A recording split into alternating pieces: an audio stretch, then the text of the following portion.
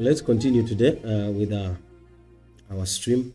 What we are going to do, we are going to ensure that we continue with what we have been working on, which is our educational app, and ensure that we can be able to finish it up and launch the app effectively well. So for the people who love our content, I'm going to call upon you to please subscribe to this very channel as we are on our quest to hit $5,000 just from vibe coded apps.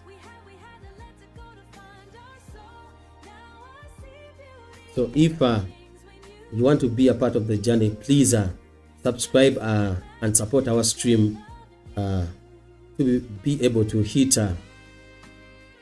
this figure. This figure, we've set it up for ourselves because we believe that vibe coding is the future of building apps, and people can be able to build out these apps effectively well. And that is our quest, and we believe it can be done. So let's continue and check out our app. So our app is an educational app. It has several functionalities. You can be able to create personalized quizzes, and with personalized quizzes, what I mean is that you can be able to select your age bracket, and within your age bracket you can go on to select various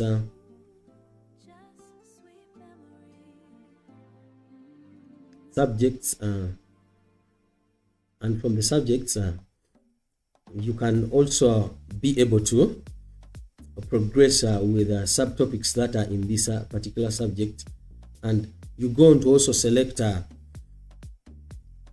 any particular country that you want to select. The reason as why it is set like that is that when users are really studying, sometimes when it comes to some subjects, the context differs. The context of a certain subject in a given area differs to the context of that subject in another area. So it becomes easy when users are able to select their countries and of interest, and they can be able to get access to context that is much more better.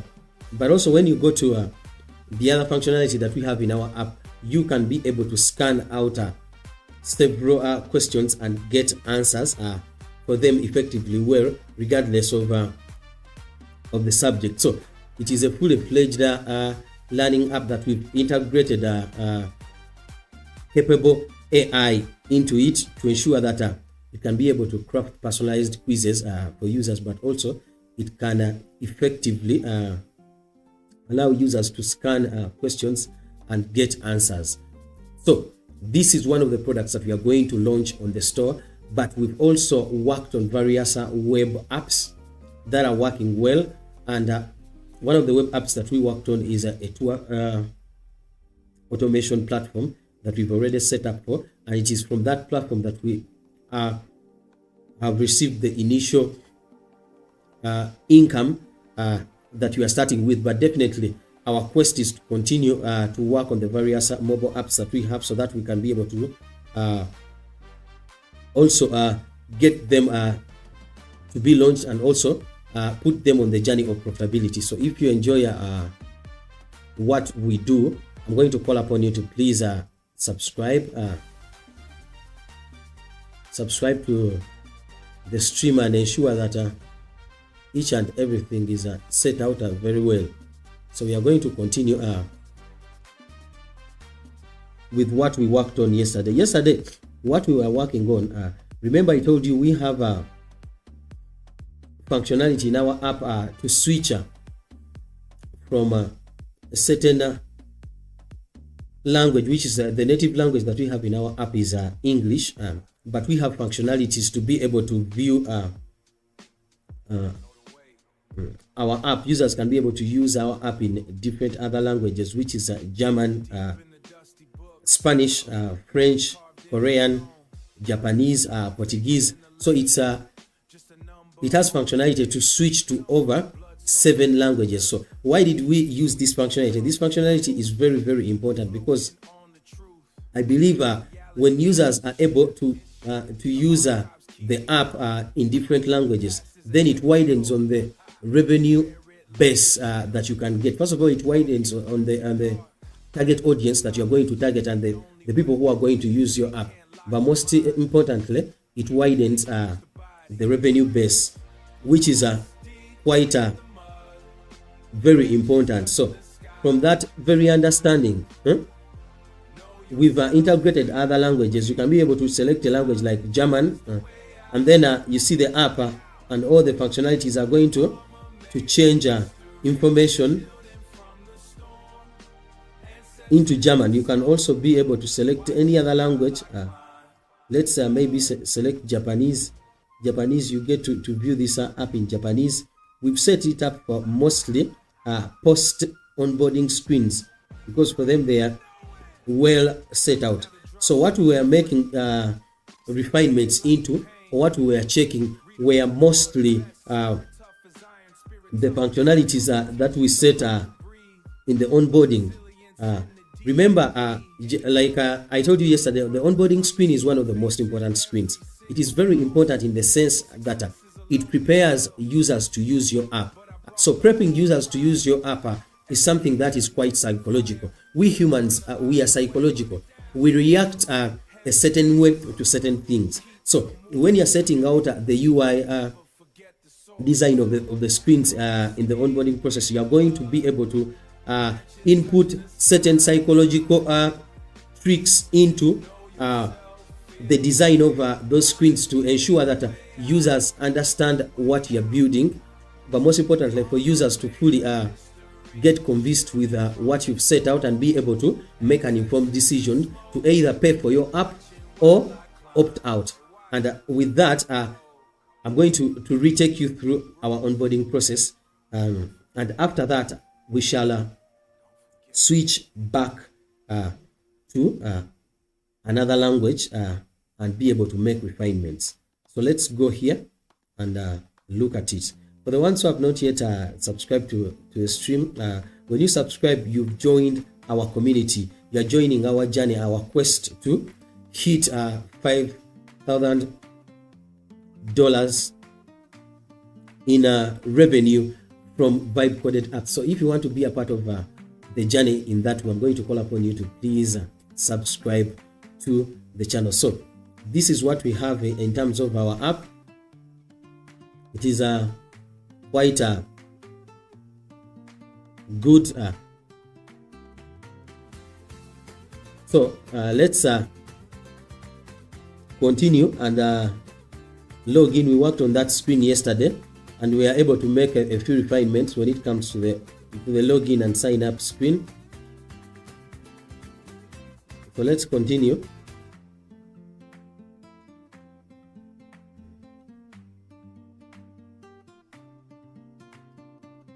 Let's continue and get access to other screens.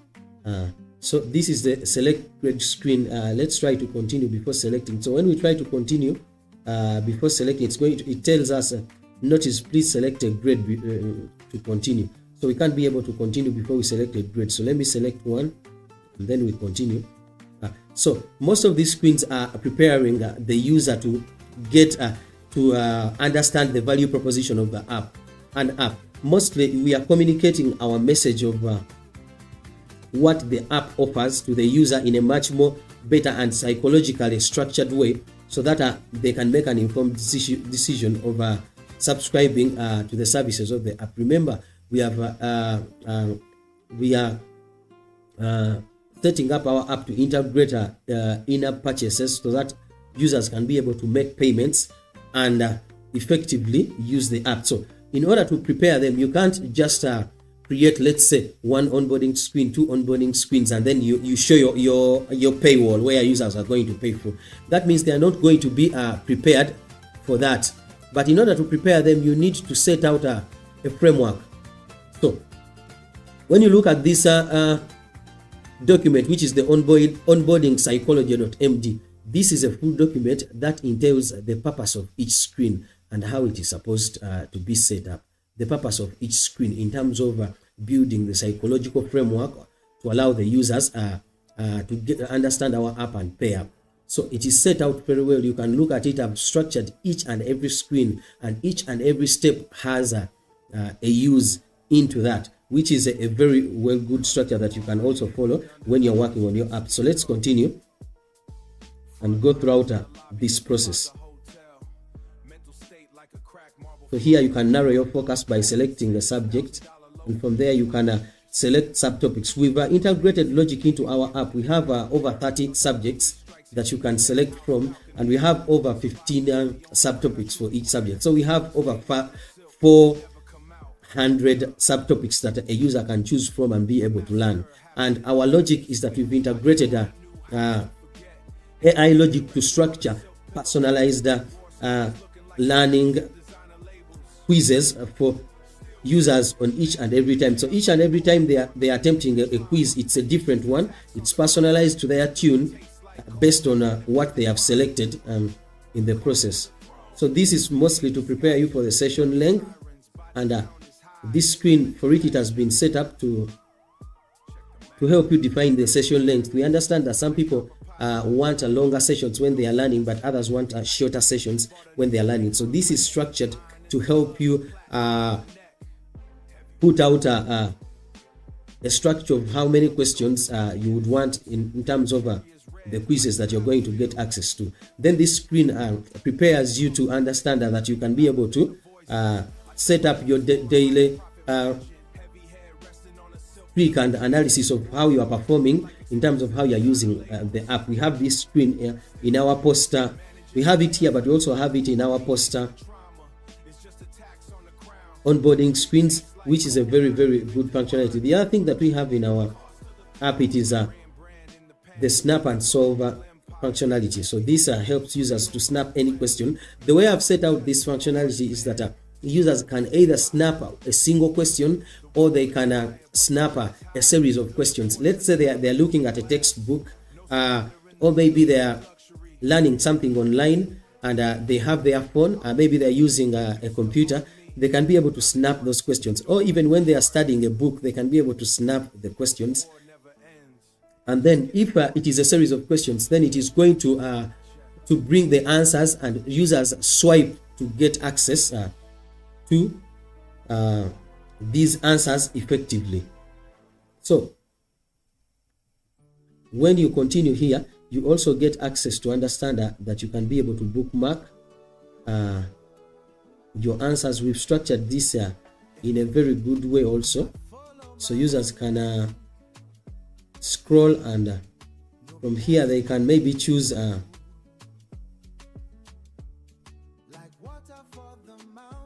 they can choose any item, and then when they click it, it's going to say saved, to give a notification, and they can continue.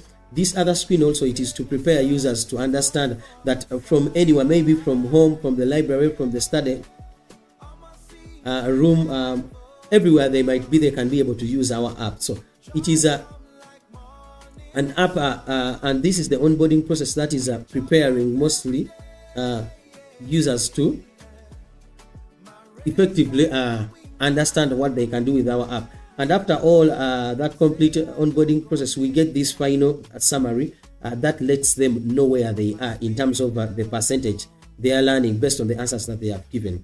And then it tells them that this is easy.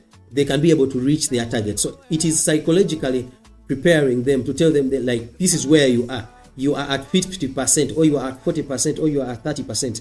But you can be able to effectively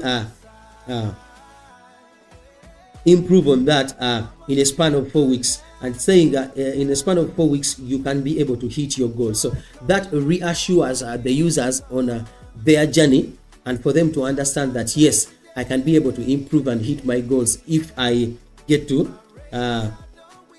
subscribe on this plan. It also reaffirms here when we look at the various reviews. The reviews also reaffirm that there are users who have already been using the app and they are finding progress.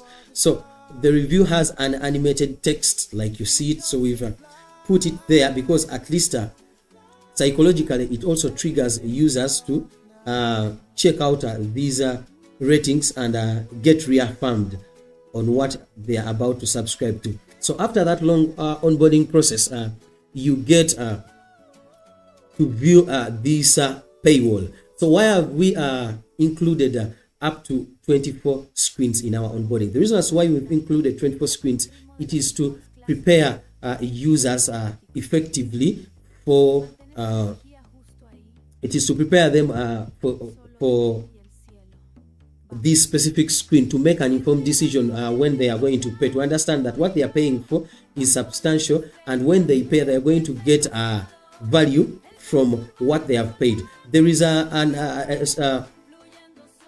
there is a platform that is called Screen Designs. I normally want to share it, so let's briefly go to it. Let's briefly go to this.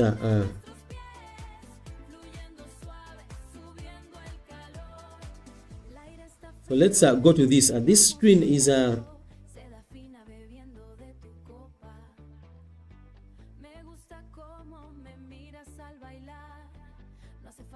well set up. So when you come to this screen, you can be able to view, let's say, because we are in the learning field, let's say learning app. So you can be able to search out any type of app, let's say learning app.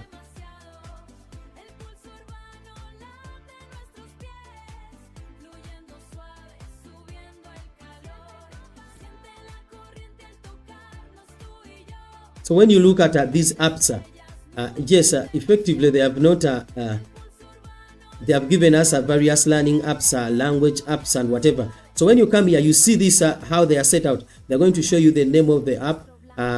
They are also going to show you the revenue that they are getting per month. So you can look at it, and like this Linkvist, they are getting $75,000 per month. These apps are getting Best Meal Plan. It's getting $25,000 per month. So when you go here, this is actually one of an app that is similar to what we are using. It's called Kanda, AI Math and Study Helper. So it's getting $95,000.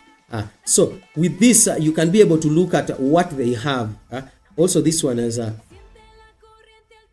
you can be able to look at what they have. You can click on it and open to get to view some of the designs that they have, screen designs, and they have designs that you can maybe be able to emulate. So when you look at their kind of process, it is really reaffirms what they do in terms of preparing users for their app. So that they also, when you go back, one of the most important things that I wanted us to look at is to understand. Let's go here.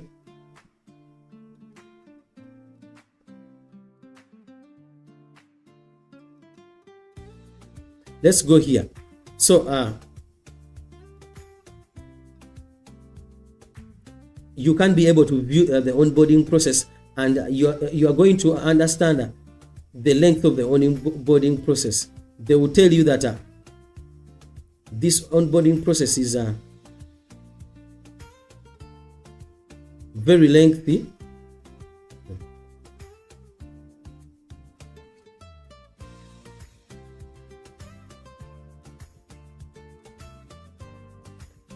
So you're going to see the various steps of this onboarding process, and you can continue. Even when these other screenshots are unlocked, you can get to see that it is a lengthy onboarding process. So to have a lengthy onboarding process, it is very important for anyone building out an app. It is one of the most important elements that you can have in an app. So that is why I always try as much as possible to explain in details. Yes, I do this as I work. You can be able to follow along, but I also want to explain each and every process in details, because that the explaining itself is a basis from which you can be able to understand much more better and get to fully understand why are we doing what we are doing, because you might be viewing and seeing onboarding, the onboarding process, then you don't understand the framework or the reason as to why it is set up with many screens. You get to prepare the learners, and after the preparation of the learners, then you hit them with this paywall. This paywall is also, it has some psychological elements. Like when you look at these payment structures, we have the annual unlimited structure, which is $109.99. But with this, you can save up to 30% if you buy that. But if you opt for the normal pricing, you're going to pay $12.99. But also, let's say a user has come to this screen and they have not been able to pay, and they're opting out. Then they click this other element to close this screen. So here, what they are going to get, it is a reaffirmation, which is the trial screen. So the trial screen further has some psychological tweaks that we've added to it. We've added a text that says no commitment, cancel anytime. It is not just a formality text. It is something, it is a screen that is psychological. I want you to go to the screen UI screens that you are going to find. Maybe you go to the ones that are really converting. You can be able to view this. Maybe you can tune it to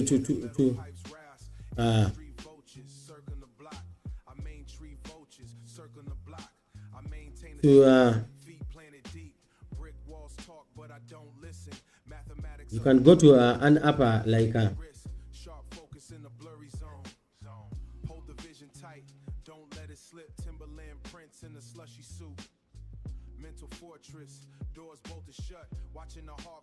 so you can go to an app like Super Paywall, and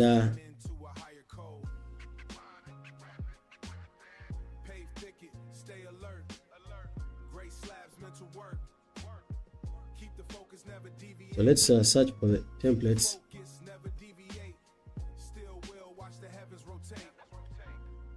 So here this platform, which is called Super Paywall, is quite great. So when you look at these various paywalls, when you're building a paywall, you're going to look at the various examples that you have here.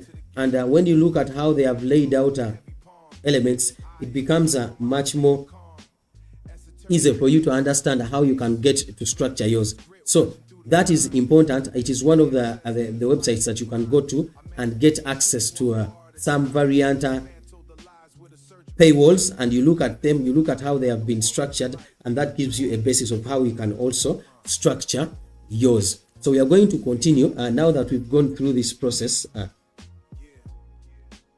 Let's continue.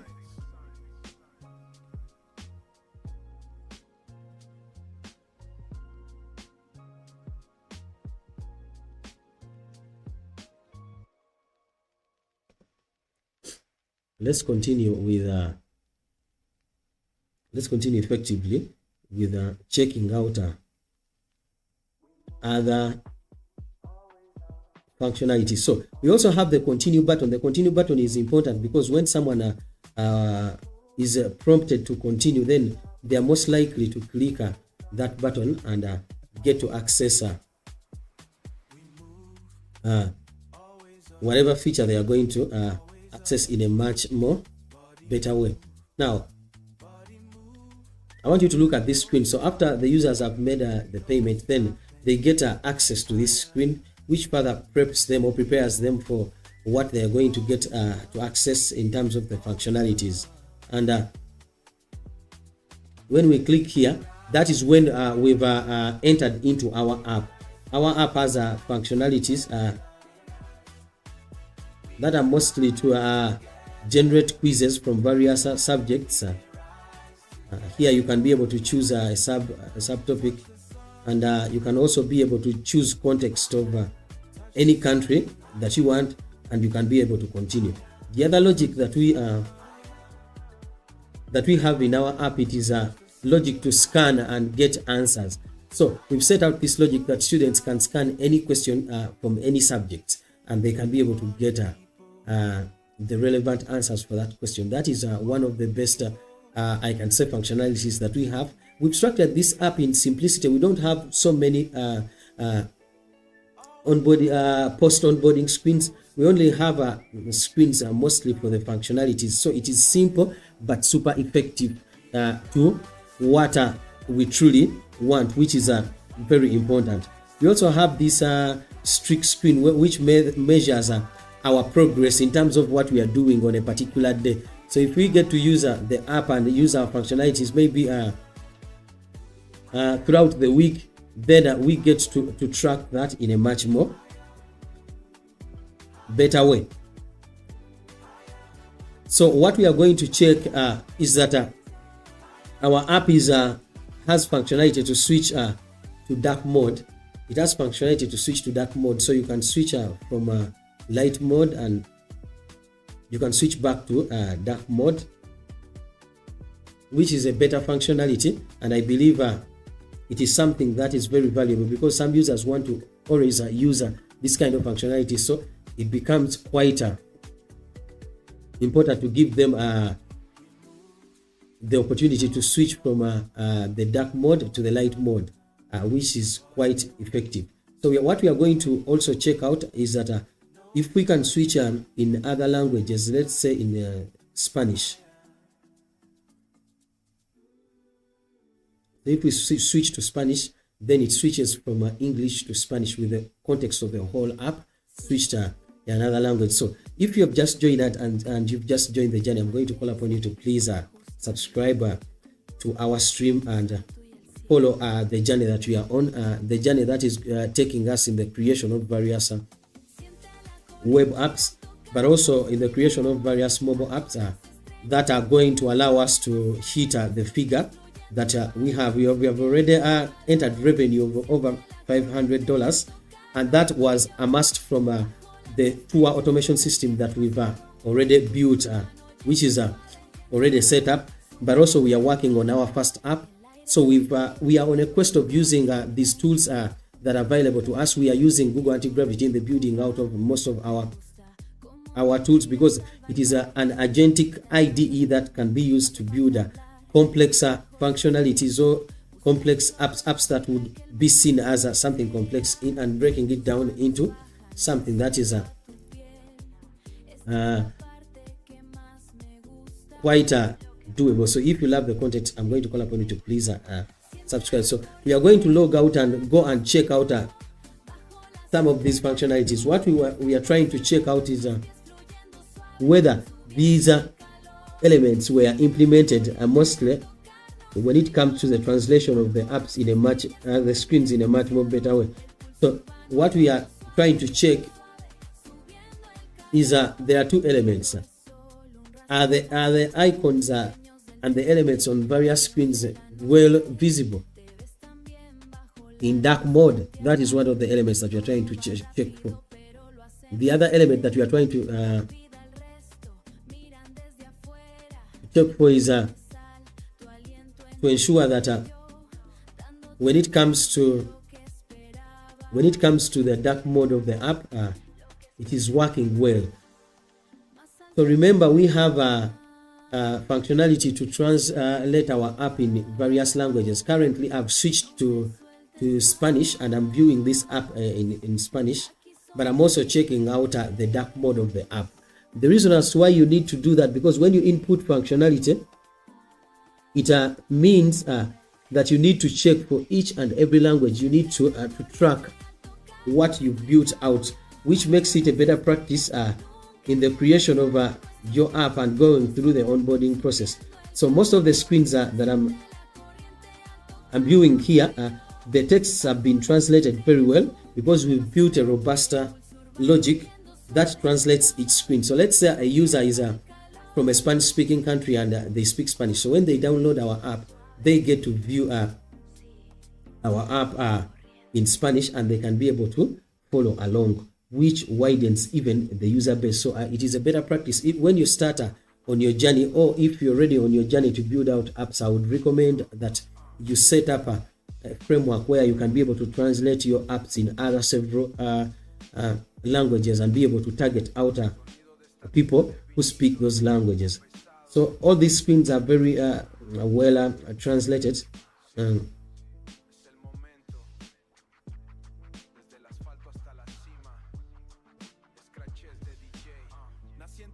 So when you look at this one of choosing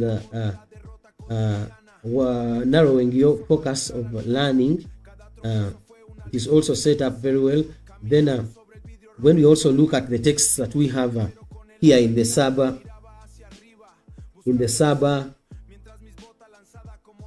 topics, they are set out very well. The cards are visible. We've given them that white background to lift them up from the main page, which is quite important, and I believe it's also a very good practice. So also this screen is set up very well in dark mode. I'm going to call upon the people who are watching, if you love the content that we are putting out, please subscribe to the stream. It is very important for your subscriptions because you get to follow our journey firsthand. Subscribe, like this specific video, hit the notification bell to follow along on what we do. So also these have been set up very well. They have a gray like border radius when they have not been clicked, but when you click on them, they have a whiter border radius, which is a better practice. Someone can be able to choose to set up the duration of their session, which is quite important, the length of the session. But also they can be able to set out the number of questions that they can get access to. Remember, like I told you, given that we have functionality to switch, users have functionality to switch their language to their language of preference when it comes to this app. So we are checking out the set out mostly of texts in other languages for the Spanish language and for other languages. So if we get to see something that was not translated, that is when we are going to make changes. Most of these are set out very well. They have been translated. You need these translations because when someone is working with you on maybe they are using your app, what you want to see is that the texts are translated. So even when we click here and these elements spring out, you can see that they are translated very well, which is good and perfect. So let's continue to look at other screens and get to view the texts that we have. All those screens that we had earlier, they were translated very well, but when I click here, there is a certain text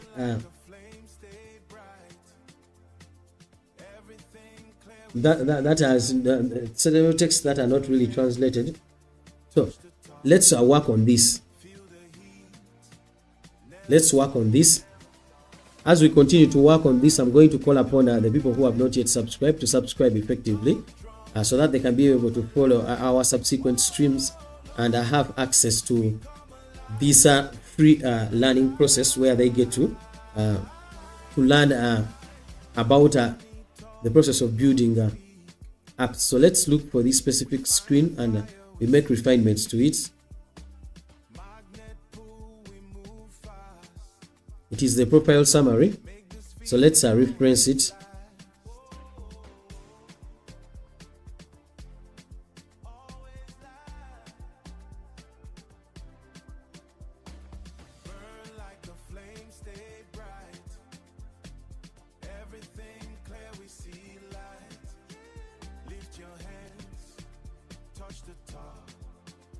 So we are going to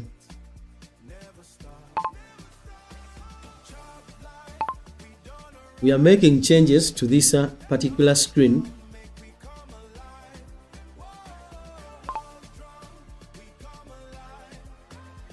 We're making changes to this screen,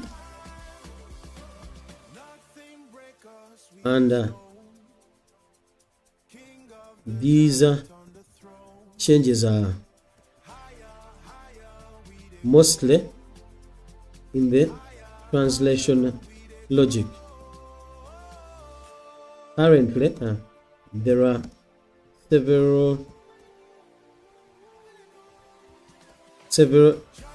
texts that are not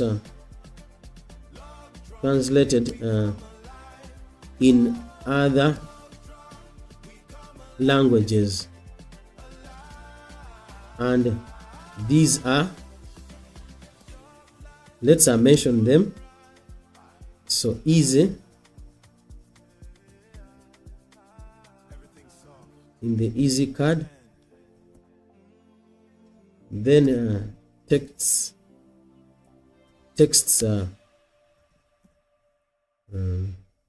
now.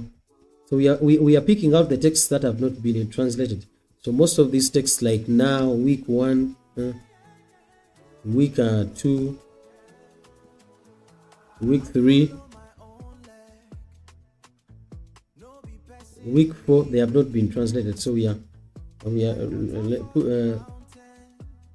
are putting them out.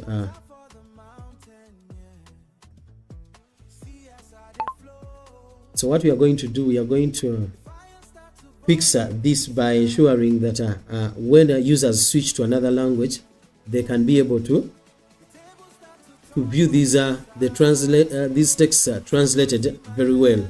Currently, the other texts on this screen are translated well, but specifically these mentioned texts have not been translated in other languages.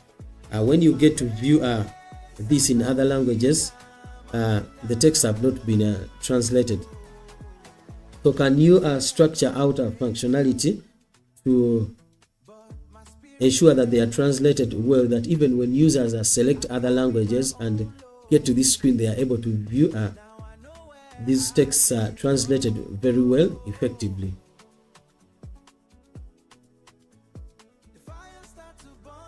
So let's reference our master prompt.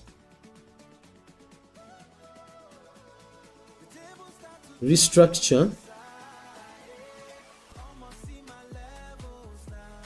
this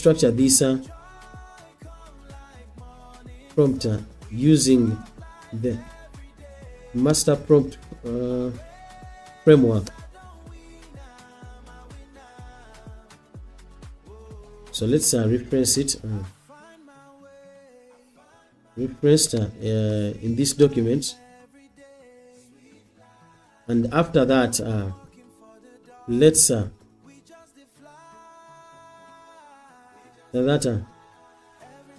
draft a complete implementation plan that has a structure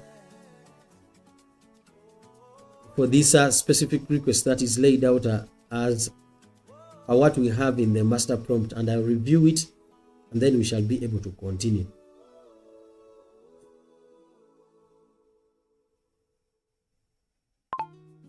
So let's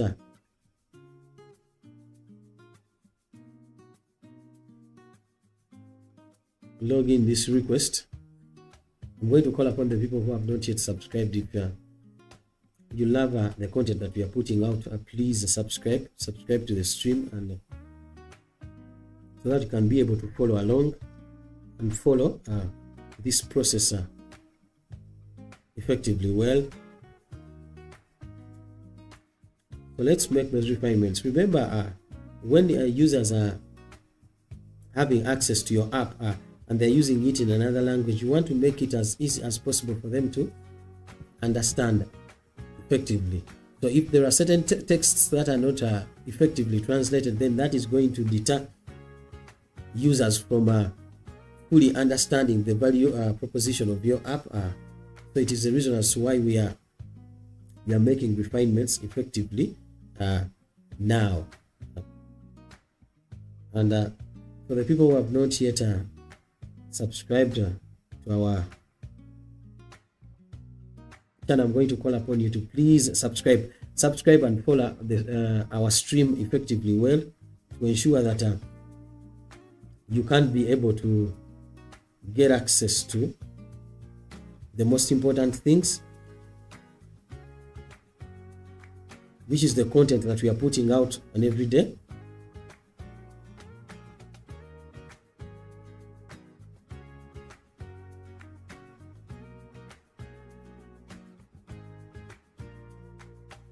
It's very important that here.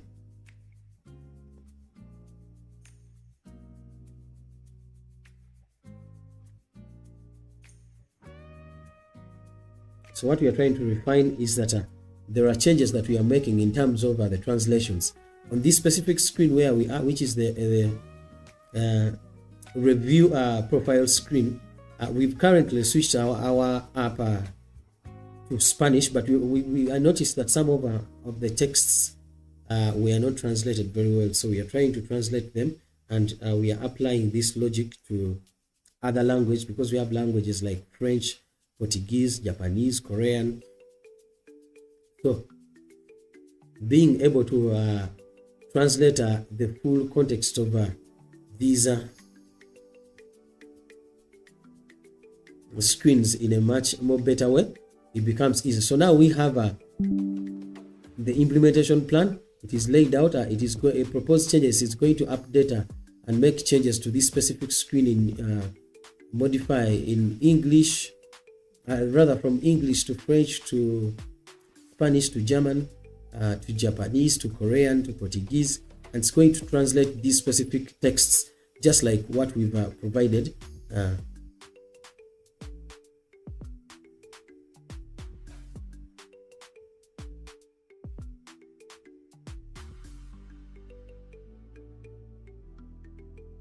So we are going to proceed and implement that. So mostly, sometimes when I'm working with Google Anti-Gravity, I look at the implementation plan and I try to go through to understand what changes are being made, because before you make the changes, sometimes the proposition that you're going to get in terms of what you're supposed to change, yes, you've given in the instruction, but the proposition that you're going to change is not really good. So what you want is that you want to review what is happening. You want to review that process in a much more better way. And when you understand that maybe this implementation plan is not in line with the instructions that I really want, then you can be able to review that. So that is what I do, which is quite important. For the people who have not yet subscribed to the stream, I'm going to call upon you to please subscribe to the stream. We put out live streams every day, and our main goal, it is ensure that we get to build these web apps and mobile apps in public. When we build them in public, you get to see what we do. You get to learn in the process when you follow us. But most importantly, when you subscribe, you are supporting our journey to hit the $500,000.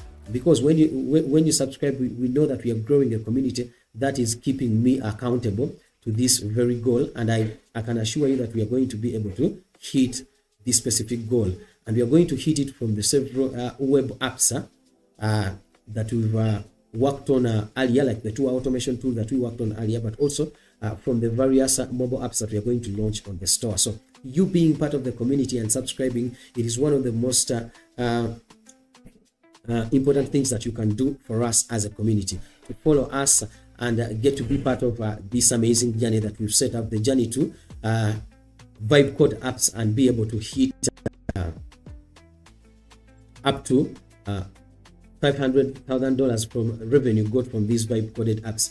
I love the process because the process is quite simple. We want to really showcase this because I understand there are very many people who are learning in this process, and they really truly want to dedicate their time to build out these apps. These tools like Google Anti-Gravity, that the one that I'm using to build, it makes the process much more easier. It makes the process much more simpler. So if you know what you do in terms of prompting, rather if you've standardized your skills when it comes to giving instructions, which is the prompting part of it, then you're going to get results that are really good in terms of the products that you can build. And I believe anyone in this century, with the help of AI, they can be able to build products. So if you want to be a part of this journey in that amazing way, please subscribe. So let's continue to wait out for the functionalities. Currently, it's making refinements that we requested, and after the walkthrough, we are going to review that particular functionality. Remember, our app is an app that has functionalities where you can be able to switch from light mode to dark mode, but also you can be able to switch on other languages. Currently, we are checking out functionalities for other languages. When it comes to English, we did that review in the past streams. If you want to look at the review for the onboarding when it comes to English, we did that in the previous streams. Currently, we are looking at other languages and also the dark mode. So we are making review of two elements to ensure that all the texts, given that we have logic of translating to other languages, we need to ensure that all the texts on all screens have been translated well to other languages, but also that the elements appear very well in dark mode. So let's continue. Further again, going to call upon the people who have not yet subscribed to the stream. Please subscribe and join this amazing journey. When you join us, I can assure you that the experience that you're going to have for each and every subsequent stream is going to be different. It's going to be a very amazing learning experience that can help you to understand the simplest concepts of how we approach vibe coding and how we get to build out these apps, because I believe it's a process that is very simple and doable. So let's go and check on that particular screen that we've worked on. So if you love what we get to do, please subscribe and join our channel. You being part of our channel holds us accountable to go further and continue with these learning sessions, and also in that process ensure that we get to launch these apps that we are working on to the App Store so that they can be able to be used. And in that process, we are teaching as we are learning effectively. I get to learn from the process, you get to also learn from the process, but most importantly, we get to launch these products to the store, and they get to make the money for us. So that is how we plan to hit the $4,000. I'm going through these screens first because we've already set them up. The essence of setting up these screens, like I told you earlier, it is to ensure that we prepare the user to understand the value proposition of our app and be able to pay effectively. Now, most of these screens are for what we are checking for, which is the translation text. They have been laid out very well, so we don't have any other element that is we are going to refine. So that's why I'm continuing with them. But there is a screen specifically that I've been working on for which these changes have been made. You can look at these JSON files that we still have here. I've not yet accepted them, so I'm just trying to check the changes that have been made and be able to review that in a much more better way. So now I love this because earlier when we had these texts, we were not able to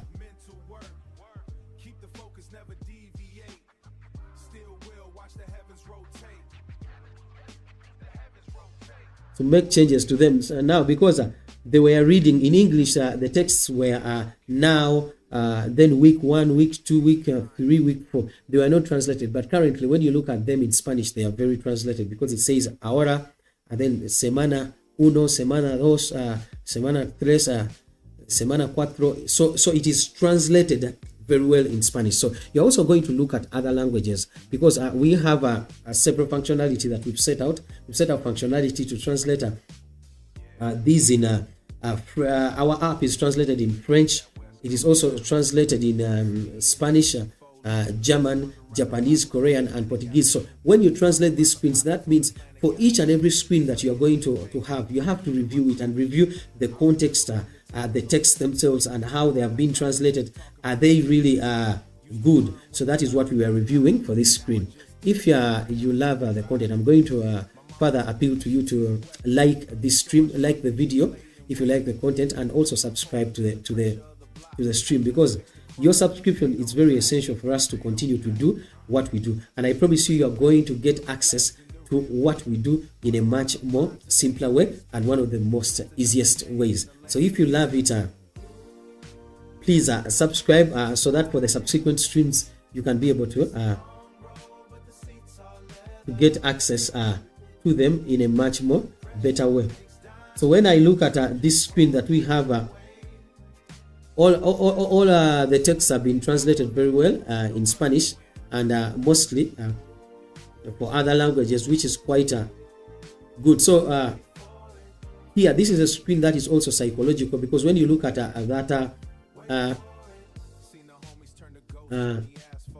that changing review text, we've put it there for a purpose, because we want users to get to view these reviews, but in the same way we would have used several cards, but we've leveraged the power of this functionality, the deprecated texts, and we've used this deprecated text and we've integrated it into this review card, given that we have various reviews, but they are changing from one review to another within seconds, which is quite also a very good functionality to further nudge the interest of the users and what they can see in terms of the reviews, and preparing them to make payments to the app. So if you love the content that we put out, please subscribe. So here, most of the texts have been set out in Spanish, which is quite lovely, but I view a certain text button below on this specific screen which has not been set up, which is the continue to trial. So let's fix that.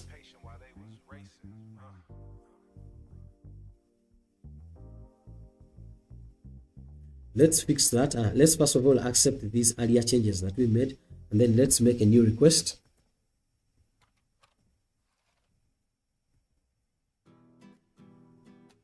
Let's make a new request.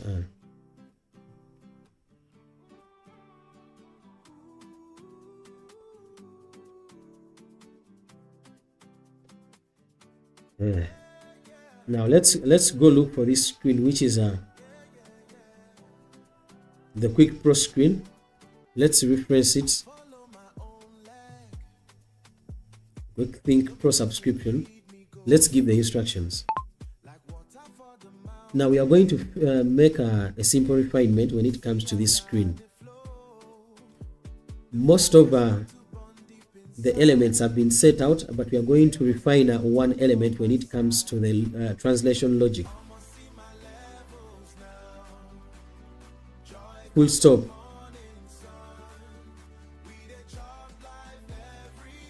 So let's write this button.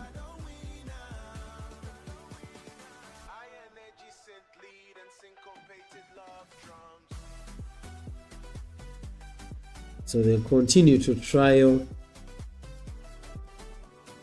plan text button has not been translated in other languages. So even when we are viewing our app in other languages, this text still appears in English. We need to ensure that when we switch to other languages, this text has been translated in all the variant languages effectively. Full stop. That means we are not going to change logic for our app here, which is the logic to navigate to the trial screen, but we are mostly going to work on the translation logic so that this text appears translated for other languages effectively well. So let's reference our master prompt. So for this specific request, I want you to rewrite it in a detailed way in our implementation plan, but you're going to follow the structure that we have in this implementation document as you are writing this detailed implementation plan. And after you are providing it, I'm going to review it, and then we can be able to make this refinement effectively well.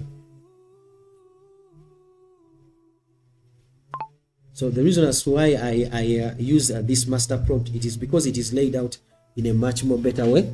You can be able to get structured requests, and that is going to give you standardized outputs, and you're not going to waste a lot of energy when it comes to tokens that you are using for any IDE or for any coding agents that you might be using. And that is what you are doing. If you love the content that we are putting out, please, I'm going to call upon you to please subscribe to the stream. It's very important when you subscribe, because when you subscribe, you join our community. That is a community that is geared to learn how we can be able to vibe code profitable apps and make money out of it. So that is why I've set out a challenge to be able to vibe code apps until when we will be hitting $5,000 from only the vibe coded apps, and also be able to document this process visually for others to be able to learn. So if you love what we put out, please subscribe. It is one of the most important things that you can do for us. And when you subscribe, you join a community that is really seeking to learn from this process and effectively. I can assure you that our goal, we shall be able to hit it in a much more better way. So we have an implementation plan that has already been set out. It's going to make translations for that particular requested text in other languages, which is quite modular and well set out. So let's proceed and we make those changes. So if you love, like I said, if you love the content we put out, please subscribe so that you can be able to get notifications of these streams. We are going to be doing this until when we hit our set figure. And that means for each and every day, I'm going to be with you and I'm going to be streaming the way I'm working on these apps, how I go about the process. And I believe in the process, you are going to learn a thing or two. So it becomes very quite good if you join the community.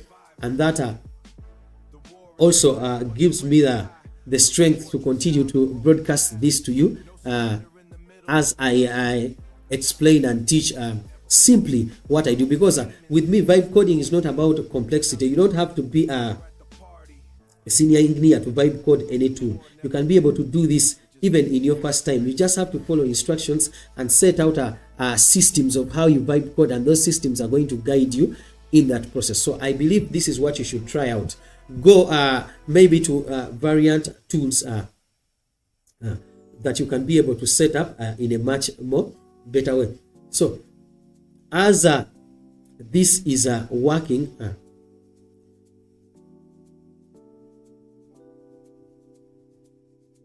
we can be able to maybe check out another process, vibe coding process that is already set out very well.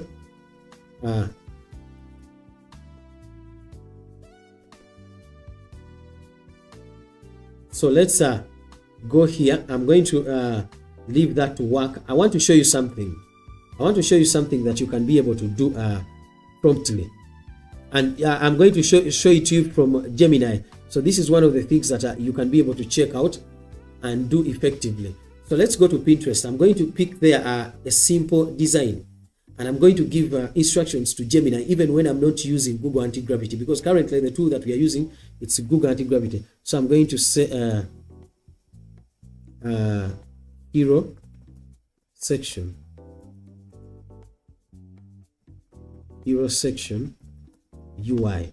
So let's get some of the samples here that we can get for a hero section. I just want to pick an image here.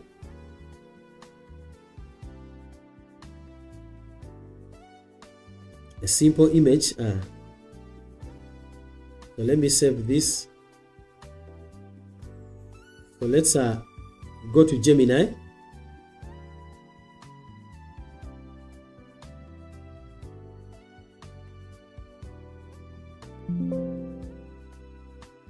So it has completed, but let me first of all show you what I was showing you, because some people think that vibe coding is complicated. It is not complicated. You just have to understand the concepts of what you can work on and be able to implement those concepts in a much more better way. So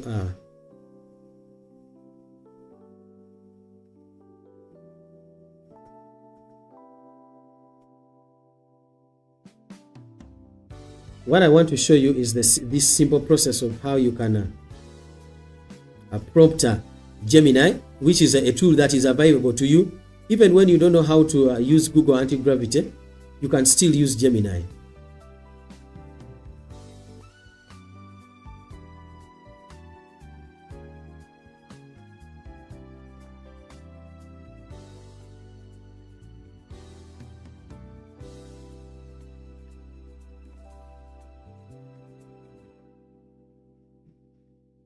So let's try this out.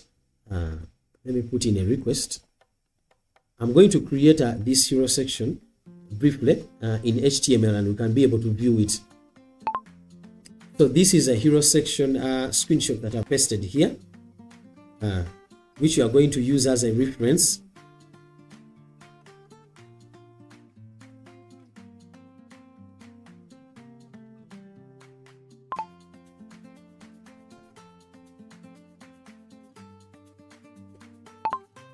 So currently, what I want you to do, I want you to recreate or clone the exact look of this reference screen and clone it in HTML code.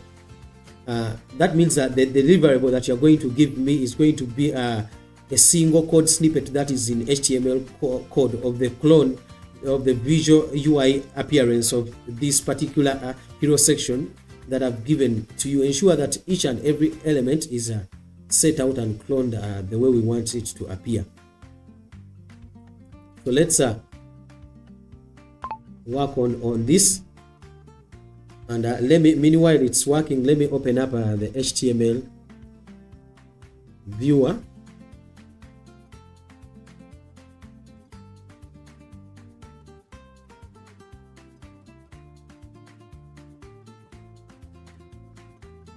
Let's go and set out this HTML viewer. It has completed the code. Let's get access to this code.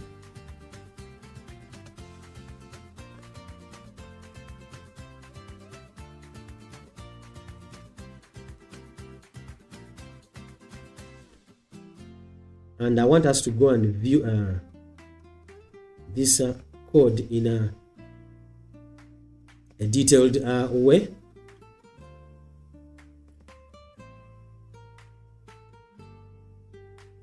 So let's look at it. So this is what we have on our first attempt. Remember, we had this kind of layout, but it has already given that this in our just first layout. So you can further reprompt it and make refinements and say make changes to this. Make changes to this effectively well, and ensure that the layout of these elements resembles the image reference that I gave you, and in terms of the colors of the background, the texts, and each and everything. So let's continue to reprompt. I'm just going to make 2 prompts and we are going to go back to our app. I just wanted to show you that this is doable. Even when you don't have tools like Google Anti-Gravity, you can be able to do this. Because what I've done, this is a practice that you can try out. It is something that you can try out in your free time. Go and get various screens that you can get from Pinterest. Redesign them using HTML in Gemini, which is the free version. And when you do that and continue to prompt, you're going to, along the way, you're going to learn very many things of how you can reprompt, how you can make refinements. So I've told you to try and get the right visual appearance, and it has reprompted to give me this. It has set out a different kind of image. The elements below are viewable, which is a better practice. So I believe vibe coding is a doable thing. It is not a rocket science. That is the reason as why I want to showcase this process and how I get to prompt, how I get to reprompt. So I always tell you that it is better, it is one of the best things that you can do to join our community, because when you join our community, you are going to learn many things, things that are quite simple.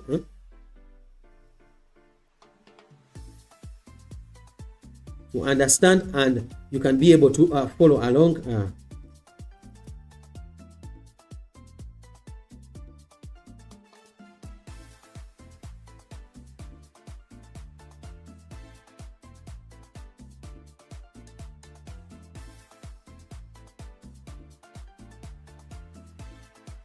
Can be able to follow along in a much more better way. So let's continue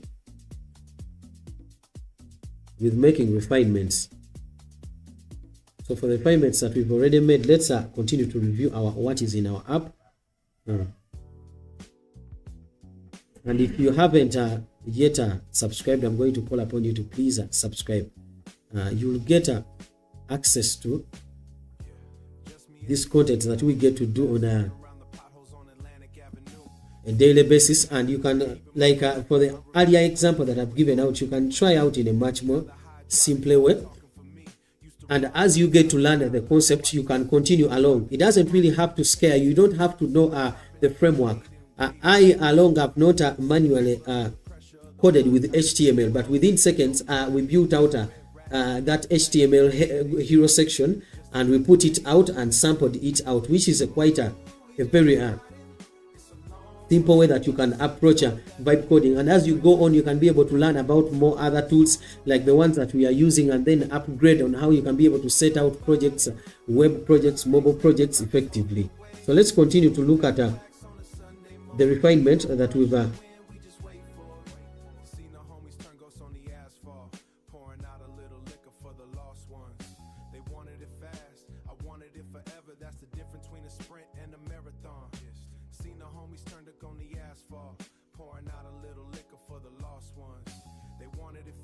So let's continue.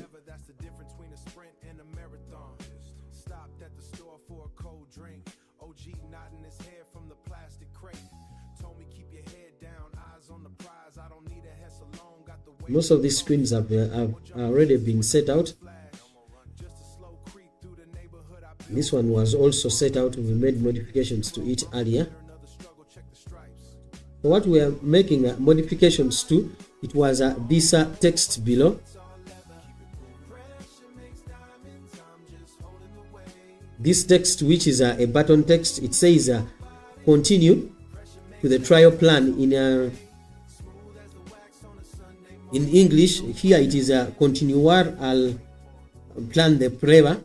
So it is the trial plan, and it is translated in Spanish. So we want to ensure that, given that we have logic for translation of our app in Spanish, we want to ensure that each and everything is set out very well. We don't want to make any mistakes. We want to ensure that each and everything is set out. So let's continue to the trial screen itself. The trial screen is also different. This is how it appears.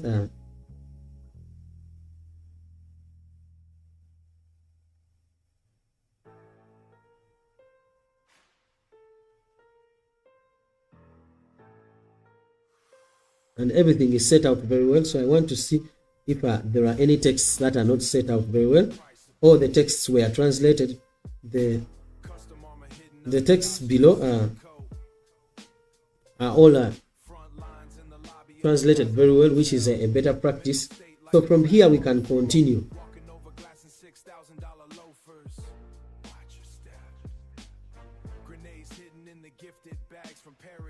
You can continue and look at this screen. This screen is also translated in Spanish very well. The elements are laid out very well. Hoy en 3 días, en 7 días. Even the other texts are translated very well.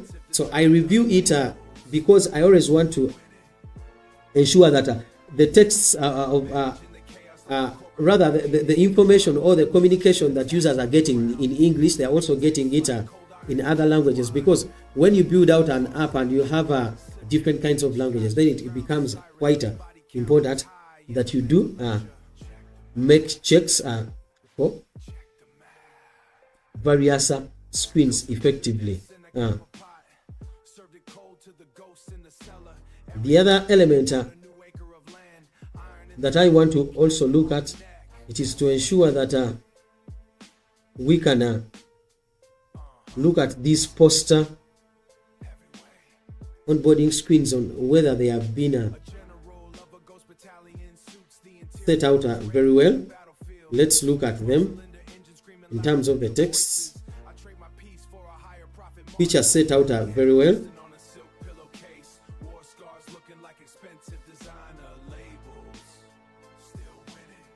So they are set out very well. Let's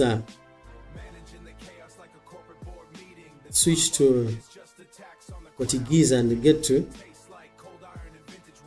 review it.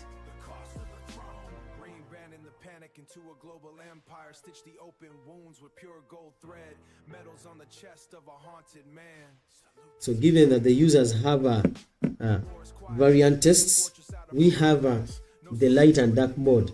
Users can be able to switch from light to dark mode. It is also a standard practice. And the other thing that I've set out, when you look at the post-onboarding screens, we don't have so many screens because because our functionalities are set out to effectively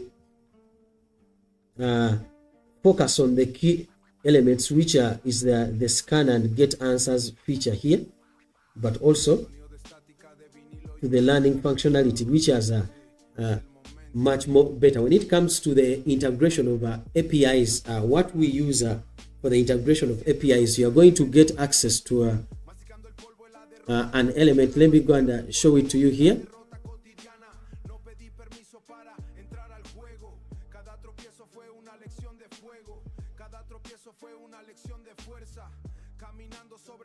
So someone said we can be able to use Canvas in Gemini instead of copying the HTML. It is right. It's a better practice. It's better.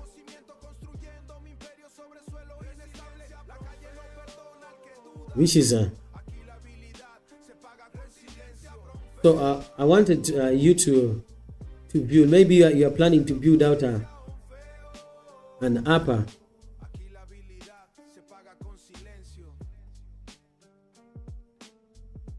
So let's go here to this.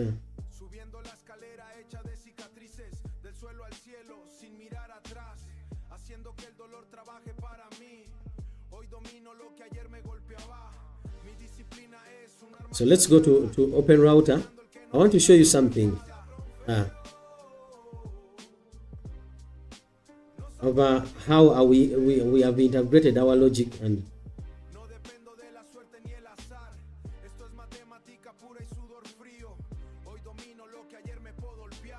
so when it comes to Open Router is an API website that lets you have access to various APIs. So when you look at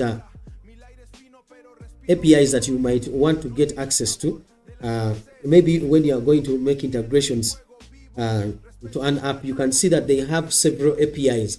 The latest ones like OpenAI GPT 4.4, you can look at their performances in terms of the benchmarks and how they are performing. You can also get to look at APIs like for Google Gemini, APIs coming from ByteDance. So if you want to easily make integrations for APIs when you're working with a tool like Google Anti-Gravity, this makes the process much more easier. That means you won't have to go through documentation. Like for our app, most of the functionalities that we have, which is the personalized quizzes, which are created and personalized for each user, and also for the scans, it is using we have integrated APIs, so it makes API calls each and every time a user is using that feature.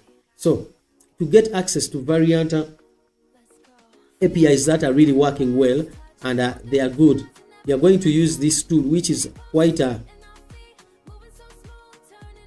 good, and they have access to variant APIs that you can be able to use, integrate into your app. Any I can say app that has a AI functionality where you are going to have to make a call to an API so that you can get to accomplish that specific functionality or logic that you've set out. I believe Open Router is the best choice. But you can also look at the documentation if you want to set it out from one go. Most of these companies have a clear-cut documentation. So Gemini, as an agent, it can go outside and read that documentation, then give you feedback on how you are supposed to set it up step by step, which is also a better practice.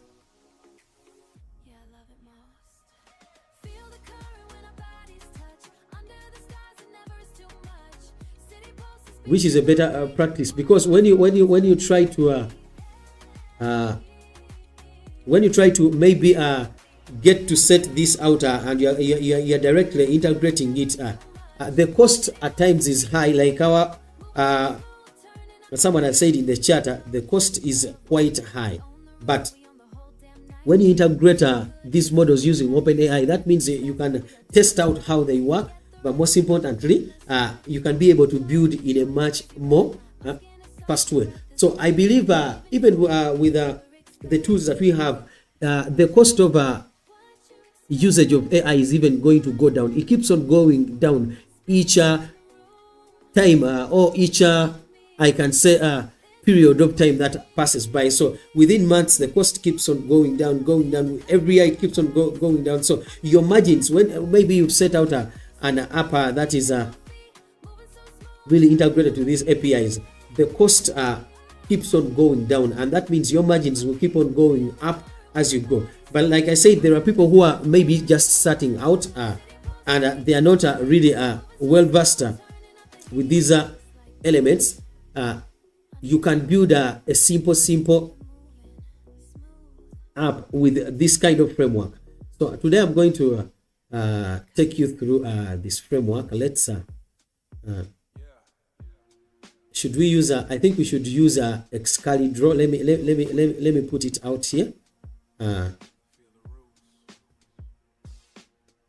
in the dusty books, names carved in the stone. Found my face in the ledger, just a number on the page. Just a number, blood soaked in the dirt, sweet fruit from the struggle. Excalibur. So let's go to Excalibur. I want to show you something.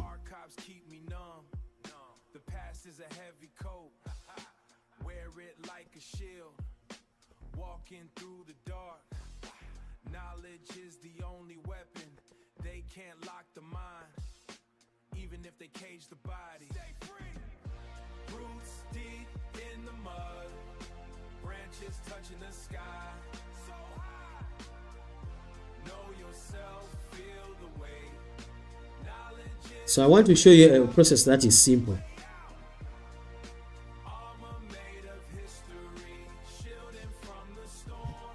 So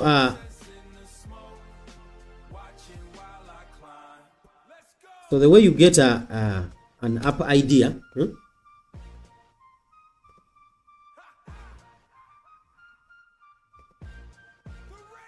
way you are going to get an app idea, it is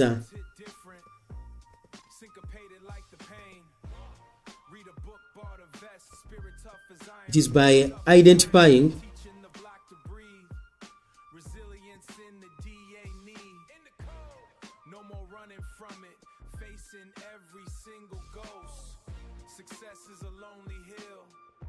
So you're going to identify a problem. And how do you identify a problem? The way you're going to identify a problem,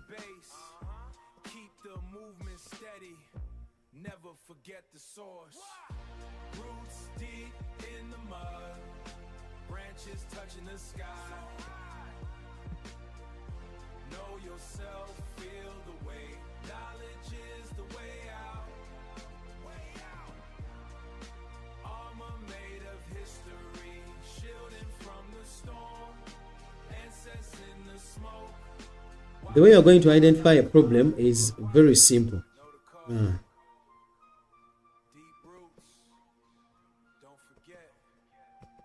You are going to identify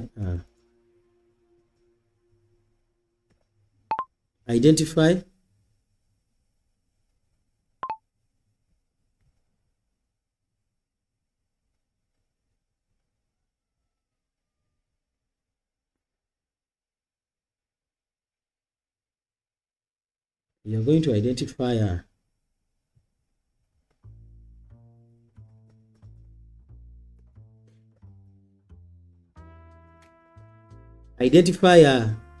daily activities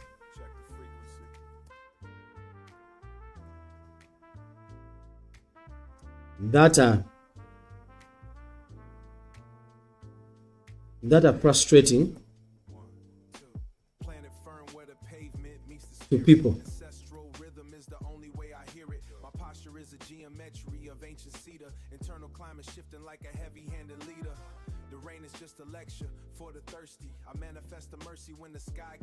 So when you identify these activities,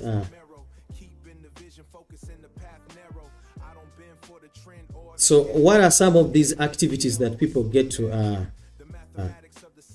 do? People sleep. People eat, travel, sleep, buy things, sell products, people talk, chat,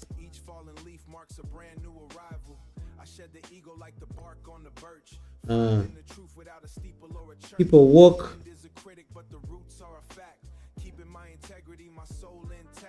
every day. So before we go to the step of building out apps, yes, we are setting out frameworks of how someone can build out an app.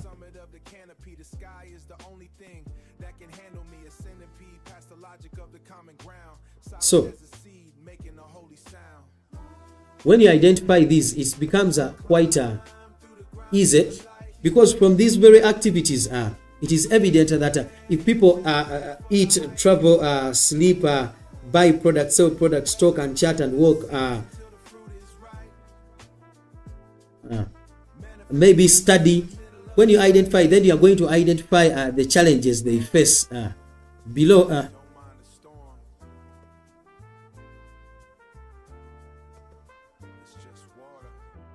You're going to identify the challenges they face when doing this,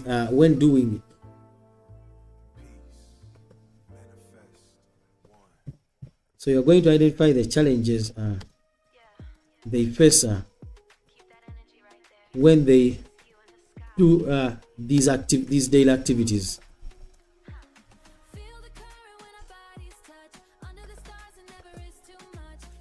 So after that, you're going to go further to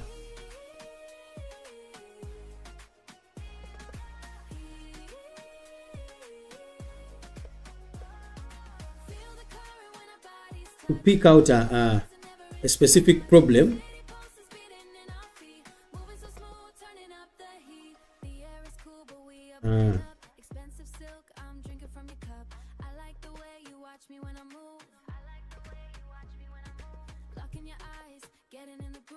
So you're going to select a specific problems, rather a specific problem, because people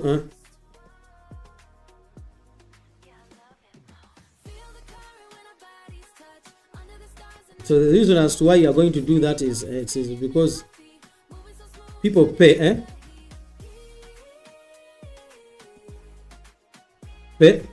for products that solve their problems.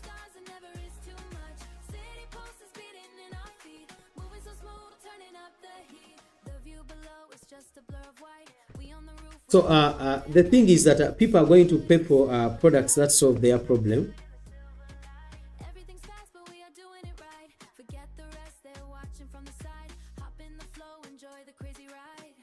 Which is important. So now, after you identifying a specific problem, I'm going maybe say that the problem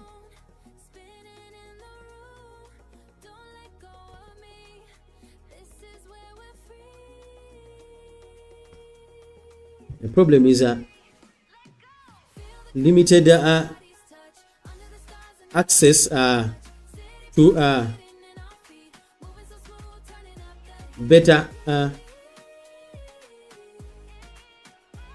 prices.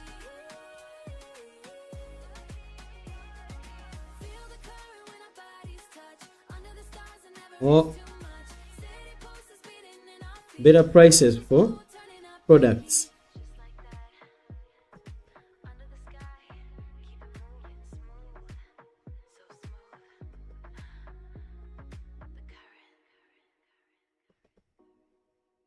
So if this is a problem, then that means that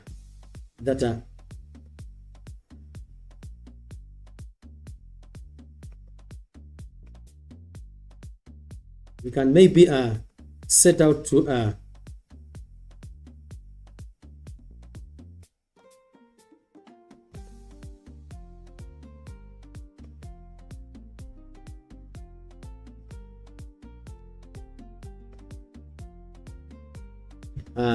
create an app that shows affordable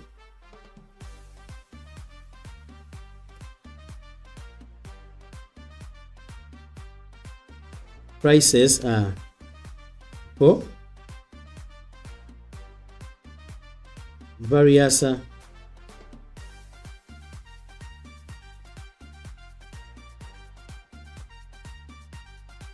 products. So given that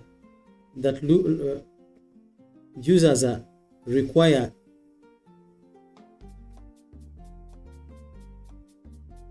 to get access to affordable prices for various products, you can create an app that allows them to have access to these affordable tools. But the way you've crafted it and the way you're going to build your app, you're going to get it from the idea phase, and that is what we did when it came to this app of ours. It's an educational app, but our setup was to mainly ensure that we are solving a problem that is evident, and that problem is learning. People want to learn. They always want tools that are going to enhance their learning. So it is coming from a problem-centric approach. So you get identify a problem, and then the way you're going to identify that problem is by identifying daily activities that are there. Actually, you start with things that really frustrate you, because there are certain things that you do on a repeated basis, but they are not your experience when you're doing them is not really great. So when you look at it, you look at other people, are they facing the same problem? How many people get to face the problem?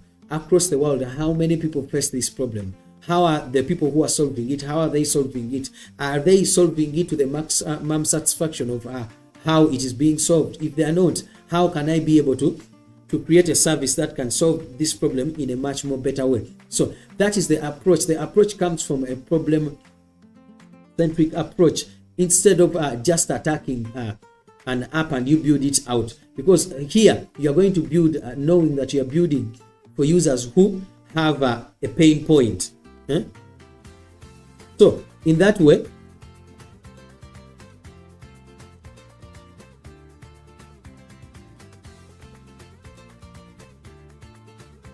you solve the pain point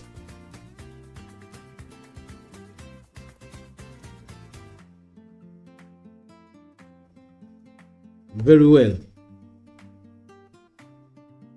with an app that shows affordable prices for users to make buying decisions.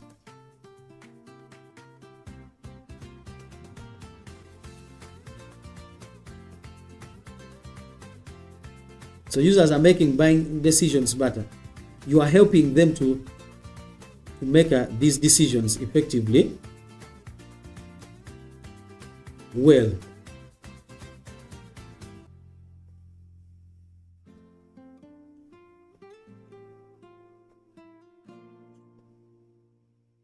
Which is quite and then from here, that is when you are going to be thinking of going to the process of looking at maybe apps that are already launched. So you can go to like this tool and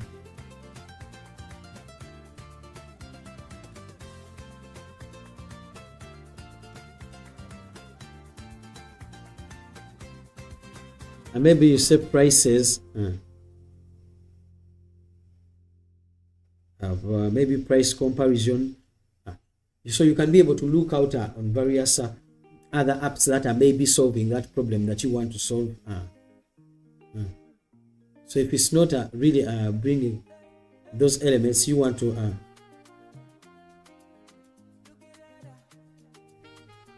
check out how the people who are solving this are doing this. If you are not able to get that from a tool like this, you can also just go to generally on a much broader tool, which is you can do a Google search and be able to search out the people who are making those price comparisons. How are they doing it? And from that basis, you can effectively continue to do the research. So when you validate that there are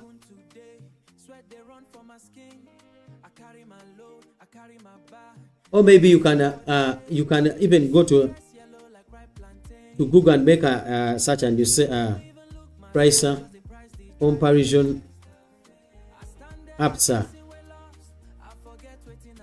Apple Store.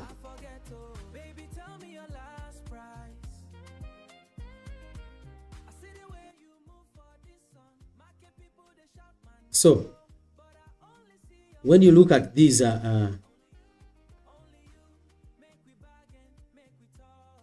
you can get to see this one. It is a price comparison. So you can even search out here and say price comparison, because you are doing research for what you've identified. So I've used it as a sample to show you how you can be able to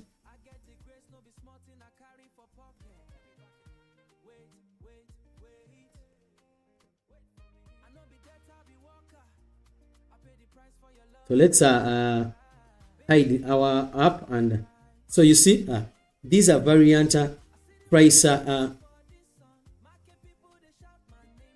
comparison tools. So you get to view like this one. It has very many reviews. It's called Flip. You get to see is the market validated? Are they really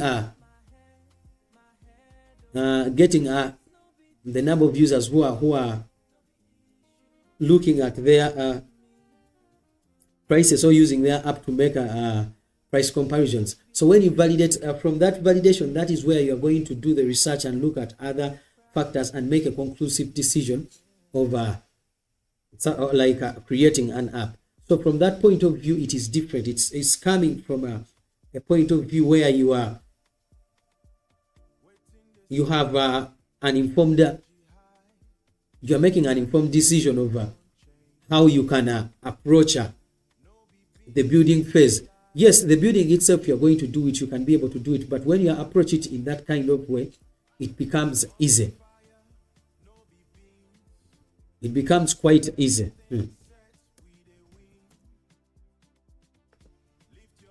But the most important phase that I can say, it is this that I've identified in which is in red here. It is to identify the daily activities. There are many. You can list them out and try to identify the things that are really frustrating, because if the process is frustrating, then that means most importantly, if it is frustrating to you, like for me, I normally wake up at times when I feel like I don't have let's say you've woken up and the previous day you've not laid out a clear plan of what you're working on the next day. So if you create an app that is tailored to allow people have a clear cut plan of the things that they are working on, for them not to procrastinate, but also not to go into other things that are not really in line with their plan, then it becomes very easy because they get to attempt several things every day. So if they can be able to record these and review them for the past week, what was I able to accomplish? What was my output? It becomes easy. If you can make a communication better, talking, if you can make a travel better, for people to find their rides in a much more better way, for people to have a better travel experience when they are traveling from one point to another, because the average hours that someone is going to travel when they are going to work, it is over 45 minutes for most of the people averagely across the world. So if they are spending 30 minutes, 45 minutes of their valuable time when they are commuting, when they are on a bus, maybe when they have taken an Uber, what are they doing during that process? If you can solve the problem of maybe boredom or making their experience much more better during travel, it becomes quite good. So the next process here is simple. You are going to go to a tool like this. So what you are going to go to a tool like this. You are going to look at variant elements. You look at the variant elements in terms of how they have set up their screenshots, how they have set out their descriptions, what keywords are they ranking for. So you get this very description, and then you analyze the proper keywords that they are ranking for. What keywords are they ranking for, and how have they set out their app? The better practice that I will tell you is that you can be able to download an app and save all its screenshots. Actually, the better word is to say download the reference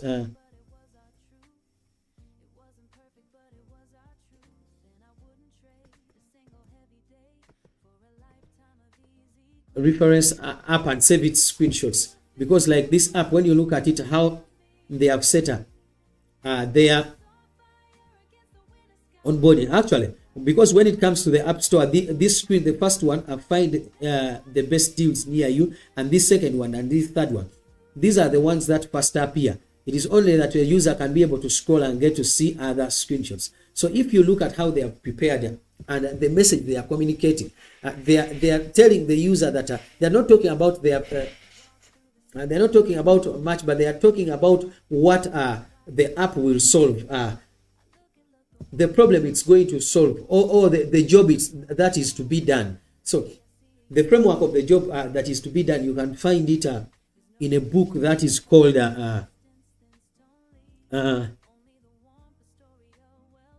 this book is called let me type it here in the chat. It's called it's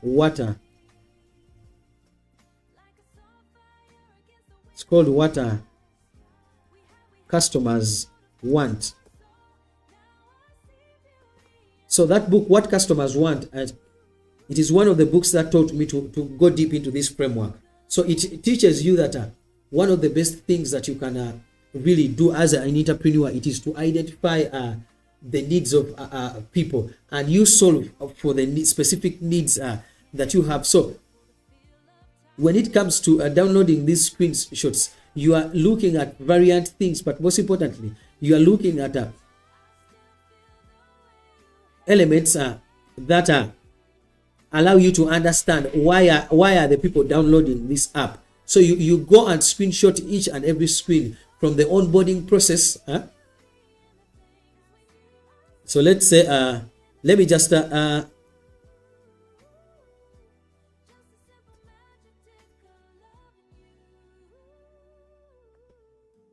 look at this.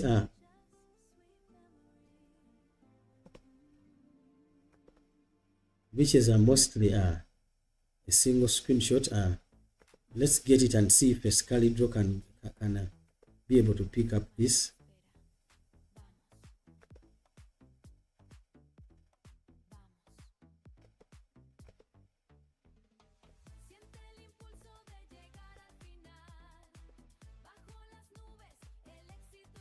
So you're going to get access to these screenshots. And when you from there,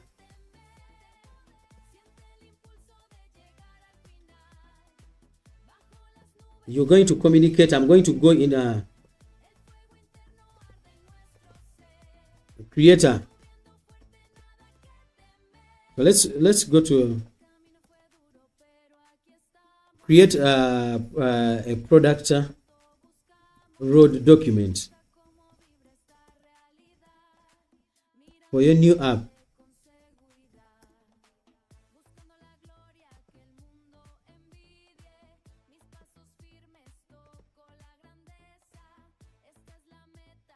So let's go here and Microsoft Copilot. I love Microsoft Copilot in terms of laying out plans, because it is good when you are brainstorming. It becomes quite easy and simple for you to get access to a framework like this. Let's go here. So I'm planning to create an app which is called a Pricer.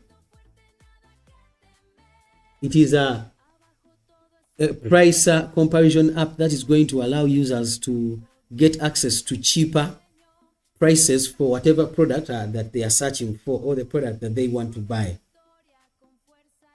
Full stop. Can you please generate for me a product road document? In other words, create for me a simple document, and when it comes to the onboarding process, create an onboarding process of 10 screens that reaffirms the value of our app effectively and what we solve, the problem that we are trying to solve, and also create up to 5 post onboarding screens and include them in your detailed product road documents. I'm going to use this product road document to create screenshots for these screens. So try and make details for each and everything, and ensure that the UI is well detailed in terms of your explanations of how the UI is going to appear and how it is psychologically going to convince or persuade the users to use and to pay and use our app.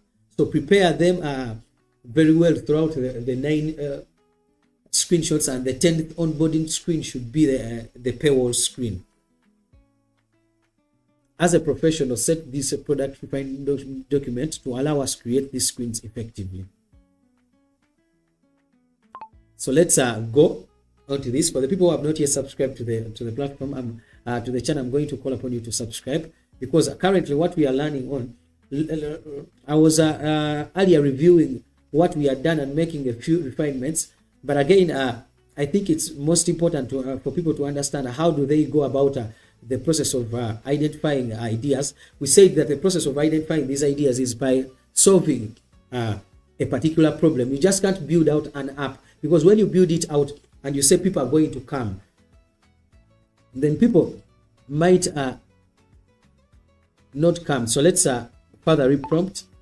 So now when it comes to the screen by screen explanations, I see they are just simple explanations. Try and make them as detailed as possible.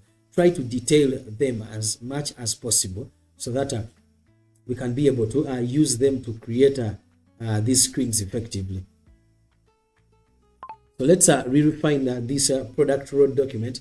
So a product road document that we've created here, it is going to, as it is working, it's going to help us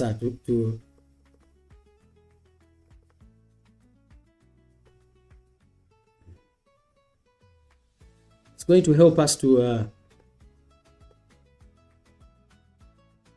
generate app screenshots using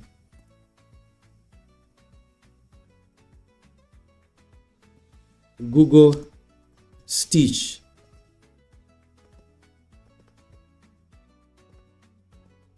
So we are going to use this product, Google Stitch, but we want a solid product refinement document that we can use to be able to create these screenshots. For the people who have not yet subscribed, I'm going to call upon you. If you've not yet subscribed, please subscribe to this stream. We are here on each and every day, and our kind of framework, it is to allow you get the best understanding of how you can create apps, but mostly functional apps that people can pay for. So this is the initial process that we go through, and I'm giving you the source through this. For the ones who have not been around, I can just briefly go through this. So how to get the app idea: you identify daily activities that are frustrating to people, and these activities can include what people eat, people travel, they sleep, they buy things, they talk, they chat every day, and many other daily activities that they get to attempt. So you identify the challenges that they are facing when they are attempting these, and then from there you can select a problem that people pay for products, but they can't get access to faster and instant price comparisons for these products. So if they are facing this problem of limited access to better prices, you can be able to create an app that showcases affordable prices for variant products. And you can be able to solve that by identifying already apps that are working. If they are there, then it validates that particular idea. And from the validation, you are going to copy all the screenshots, download all the screenshots that you have, and then you're going to create a product road document. And with this product road document, let's copy it and let's go to Google Stitch.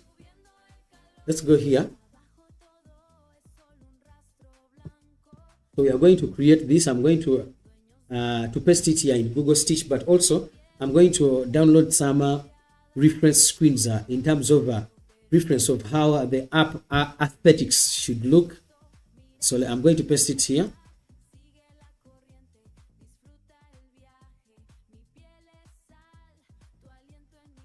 I'm going to paste it here. But before we continue to build our product refinement document,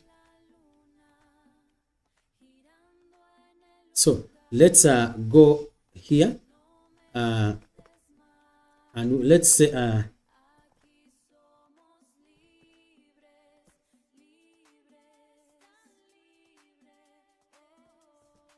so we're going to say price list and UI mobile. So we are going to Pinterest, and the reason that's why we are going to Pinterest, it is so let's say price comparison app UI mobile. So we are trying to search out various elements that maybe can allow us screenshots that can be used as a reference on how these elements should be laid out in terms of the screenshots. So we can take several of these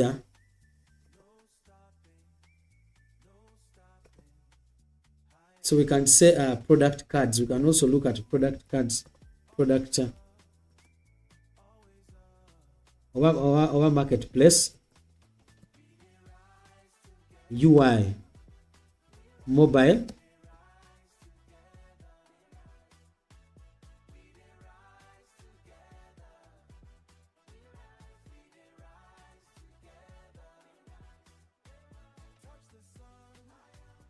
So we can look at a variant UI images and we save them. The reason as why I'm saving these images is that I'm going to attach them to our product road document as a sample of how our elements should be laid out. I'm going to take several of these. I think this is the last one. And then I'm going to attach them there as a sample of what we are going to use in terms of reference. If you have not yet subscribed to our live stream, this is a place where we get to learn how we can be able to make effective apps that make money. And given that I've gone to the process of showcasing what I do and how I do it, I believe that when you subscribe, you're going to get better access and fast access into what we do on a daily basis. You can hit the notification bell, you can like the stream so that we can be able to reach out to many people. So I'm going to put out a request. So I'm going to say create all the screenshots for our pricer. I'm going to mobile app. You need to ensure that when it comes to the instructions that have been given for each screen, you lay them out in a much more better way. When it comes to the post-onboarding screens that appear after the onboarding process, I've included reference images of various product cards and layouts of how you can generate these screenshots. Use those screenshots as reference to ensure that you can create a robust layout of all the screenshots for our app. So let's continue with this. So we are going to use Google Stitch. We want Google Stitch to for us in a much more better way.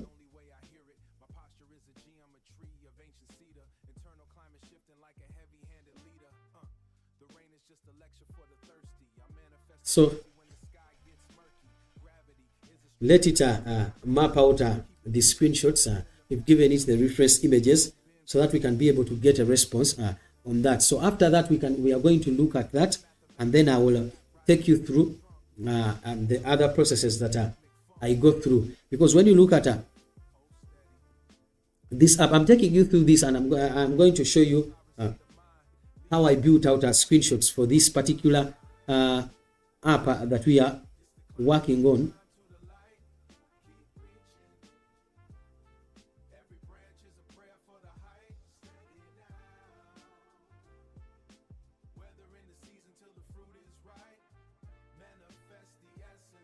So this is our app.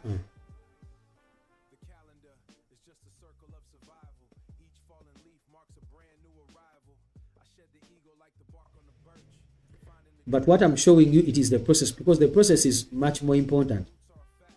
So the screenshots are being generated from the PRD. Amata. So the screenshots are being generated, and from there we can be able to review these generations and look at that layout that we want. So we went from a simple idea to laying it out, and which was structured from the problem-centric approach, and then to creating a problem refinement document. We are all using AI, because mostly when people talk about vibe coding, they think it is mostly when you're working with their tools like Google Anti-Gravity, but you can use different AI tools to vibe code. Like I've shown you, I created the product refinement document from here, from Microsoft Copilot, and then I'm creating the screenshots from Google Stitch. So there are very many, but if you understand the purposes for which, or you understand what you want in terms of the requirement, it becomes quite easy. So if you haven't really...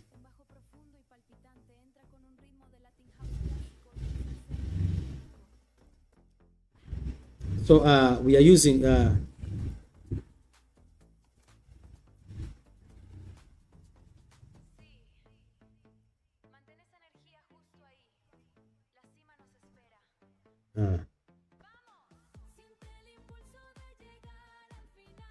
Google Stitch as it is building out.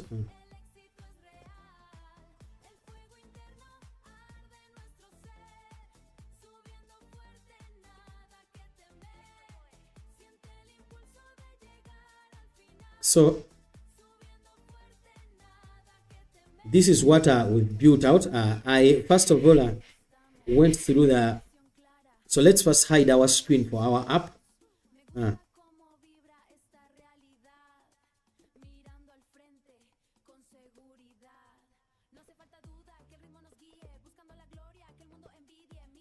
So first of all, I laid out a plan. Let me show you the reference screens that are.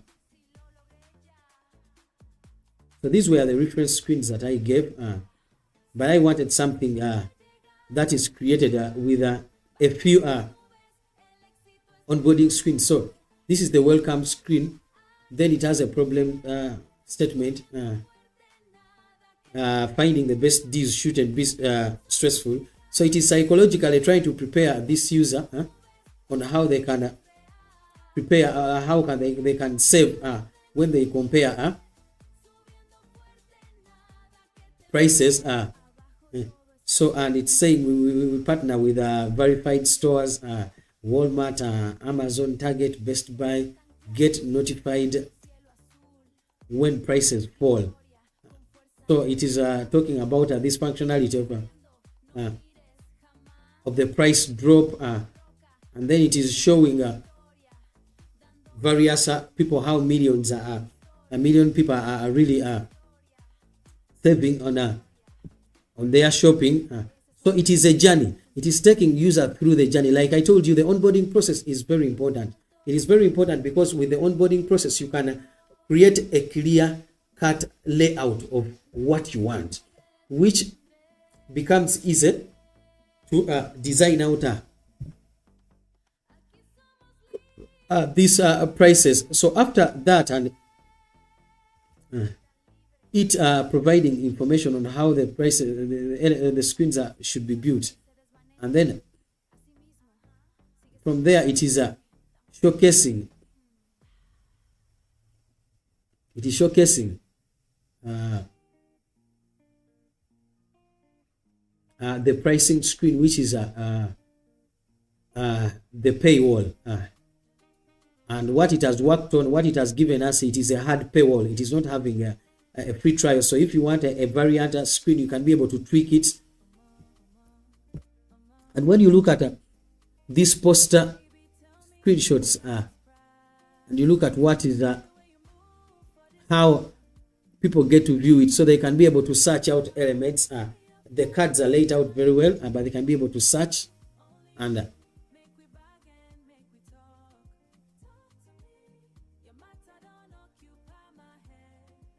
so from this, they have really set out screenshots that can be used out. So I can further reprompt and add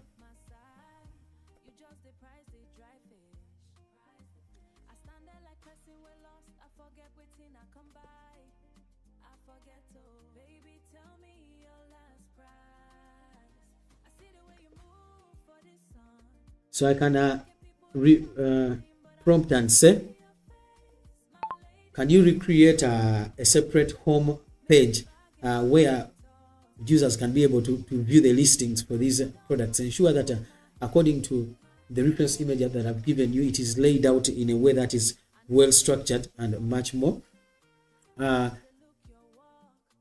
better. Structure it very well so that these products are viewable, and also you can add elements like that show the current meters for the price drop and the current prices, and you can try to include variant sections in this home display or home feed for this price app. So let's say recreate that single screenshot. So now you can be able to view these prices, so people can be going through your app and they can be able to buy these products effectively well, given that they are getting access to discounts on variant products that they want to buy, because you've identified that daily activities and you've gone deep to identify the problem that they are facing. So the problem-centric approach is much more better. If you love the content that we put out, someone said the result from Google Stitch is beautiful. It is really great, and he's saying we can use the MCP to bring it to life, which is quite important. Like he has said, if you connect the MCP to Google Google Anti-Gravity, or you connect it to Cloud Code or Casa, then the process becomes easy. But the most important process is to try and create something that people love. Because now for the screenshots, when you have it, it's the way you're going to bring them to life. It is by connecting your account to by connecting your Google Stitch account to your coding tools or your coding IDE through their MCP, and it becomes easy for you to fetch and get these very screenshots and transfer them to a tool where you're going to build out from, which makes the whole process much more easier. When you're building out maybe from a place of not having these screenshots, it's going to be very hard. But when you have these screenshots, the tools like I've showed you, they are very very good when it comes to setting out these elements. So you look at these screenshots. For each and every screenshots, there is exportable code. There is a viewable HTML code that you can be able to fetch. So when you use the MCP, like one of the members has said, when you use the MCP, you are going to fetch not only the designs, but you are going to fetch a sample code that you can reference to. So if you're building out the screens and you already have them and you have fetched them, you're going to use sample code that you're going to reference to. So for this screen, the screen was created from Google Stitch, but you also have a sample code that you can be able to look at. So looking at this sample code for Google Anti-Gravity, using the Gemini models, for it to or maybe for Cloud Code to really build out this using the cloud models, it can look at this sample code and purely understand what you want in terms of the visual layout. So it is no longer just a single screenshot that you're going to put out there, but you're going to have a clear-cut layout of code that you can use, and that process becomes easier. But the practice that I would want you to go to, I would want you to go and identify various problems. That is an important process, because even when we get to do all these and we build out our products and people don't we build out products that people don't really appreciate, it becomes quite difficult for people to use these products effectively. Well, because you can build a product, but if people don't have use for it, if it is not solving a particular problem, then it becomes a hiccup for you to get users who are going to use your product, and more or less people who are going to pay for your product, which is quite difficult. So this is how this home feed is looking. So we used this as a sample, this screenshot as sample, to build out this home feed, and I told you to include variant sections in it, so that someone can be able to view these items in a much more better way. So the process is quite doable, and I believe for each and everyone, for the people who are, we have people who are watching who have already done this process extensively and they have already used these tools extensively. I believe the process comes down to solving problems. The problem for me, the process comes down to solving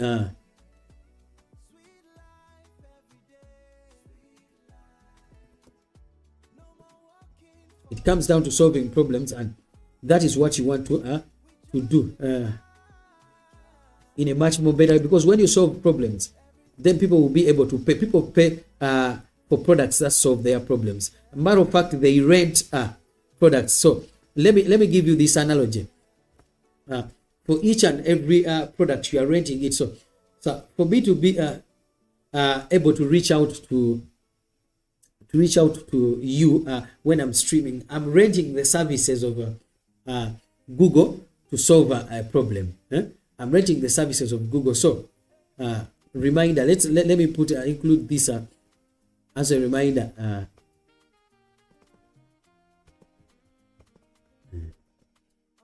People rent products and services to solve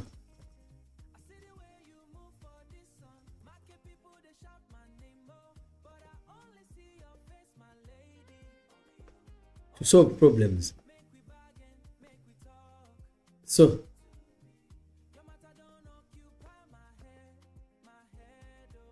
that means that for any problem that you are laying out, like the layout that we made, because we started from identifying a problem, and we said an idea equals, actually let me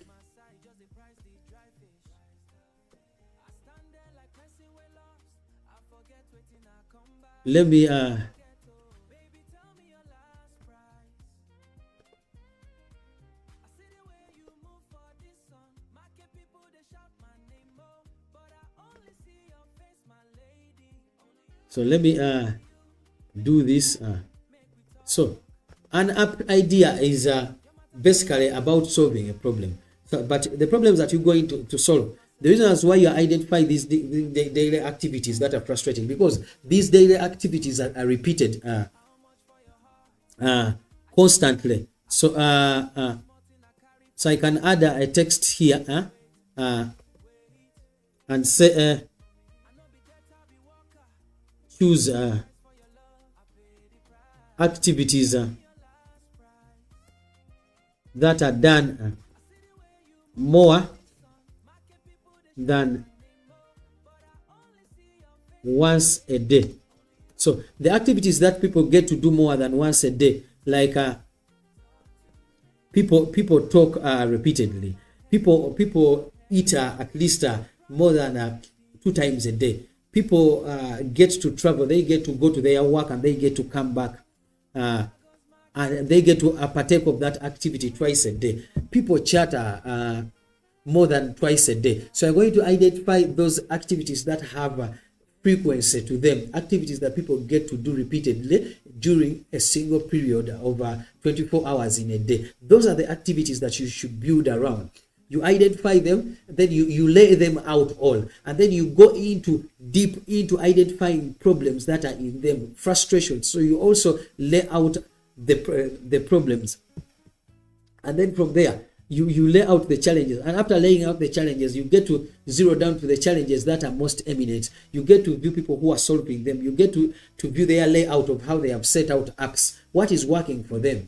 If they are getting a certain income, and you get access to maybe information of how much money they are making, how are they earning this money. You can also go to a tool like Meta Ads, and you can run you can look, search out for your competitor, what kinds of ads are they running, how are they communicating their message. So with this, you get to build out a product that is quite solid, but most importantly, a product that is solving the problems of the people. So you have to fall like an entrepreneur. If you really want to build successful products that are really solving people's problems, you have to fall in love with the problem. The problems are your best friends. You need to identify, because people pay for this. People never pay for something that is not really getting them from point A to B, but they solve the problem. So from this context, when you identify these, and you go like how we went and we built out a framework using Microsoft Copilot, from there it becomes easy for you to have this. So if we had not identified the problem, which we identified here in Excalibur, which is that people have limited access to better prices for products, then we came up with this solution, which is an app that showcases affordable prices for various apps, basically a price comparison app. And then from here, we went on to look at other apps that are doing this. So it validates this app. When you look at it, it's having more than 500,000 reviews. So that means people People love it. Someone actually here gave a comment that it is so flipping good, and they are giving a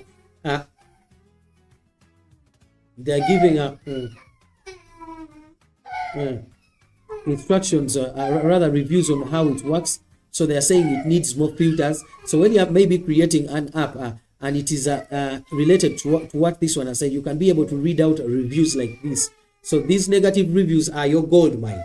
You identify them so that when you are building and you're putting out an app, you have better filters that maybe address a problem like this, because you have already validated that the app works, and you can be able to build out that structure in a much more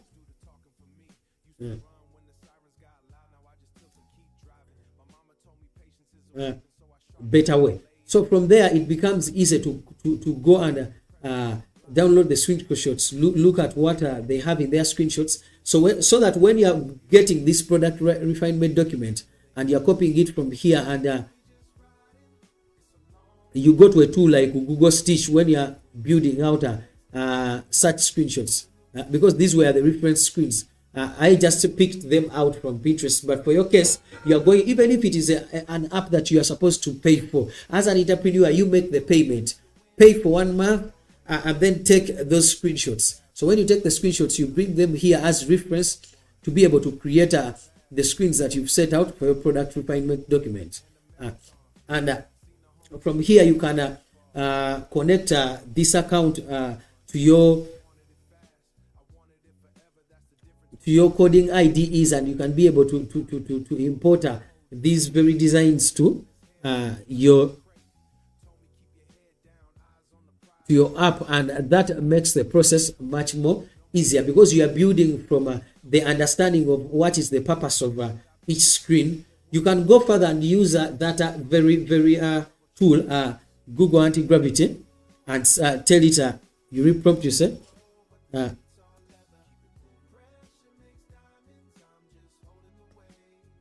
create a document that explains the functionalities of each screen and the purpose, the psychological purpose of each screen. What is it supposed to communicate in terms of what the users should understand about our value, and what are the purposes of the features that are on each screen, and ensure that all the features are laid out. So you call this a product psychology document.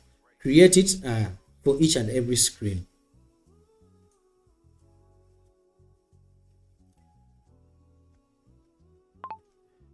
So when we create our PPD, the PPD, which is the product psychology document, this product psychology document, we are going to save it when we import our screens to Google Anti-Gravity here.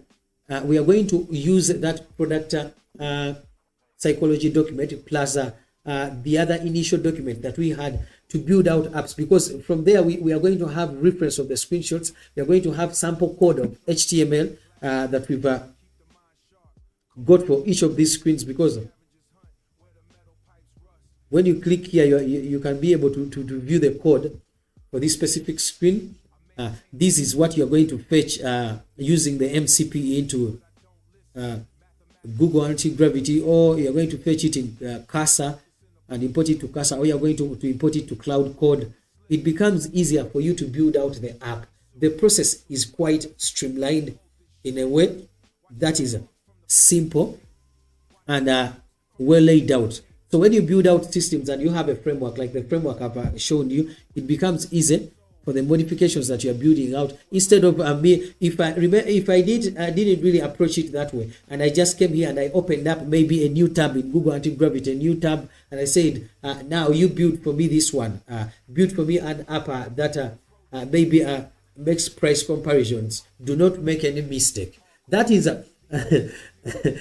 quite a simple way of building tools, but it is not something that is really going to give you an app that is effective. The way you get it is by following a framework of coming to an understanding that you are building these products for people. So it has to factor in the needs of these people. You have to be solving a problem for these people, which comes to the understanding that when you are setting out the process of building the products, it has to start from the understanding of what problem this product is going to solve. Like when you look at our learning app is solving two needs. People can scan.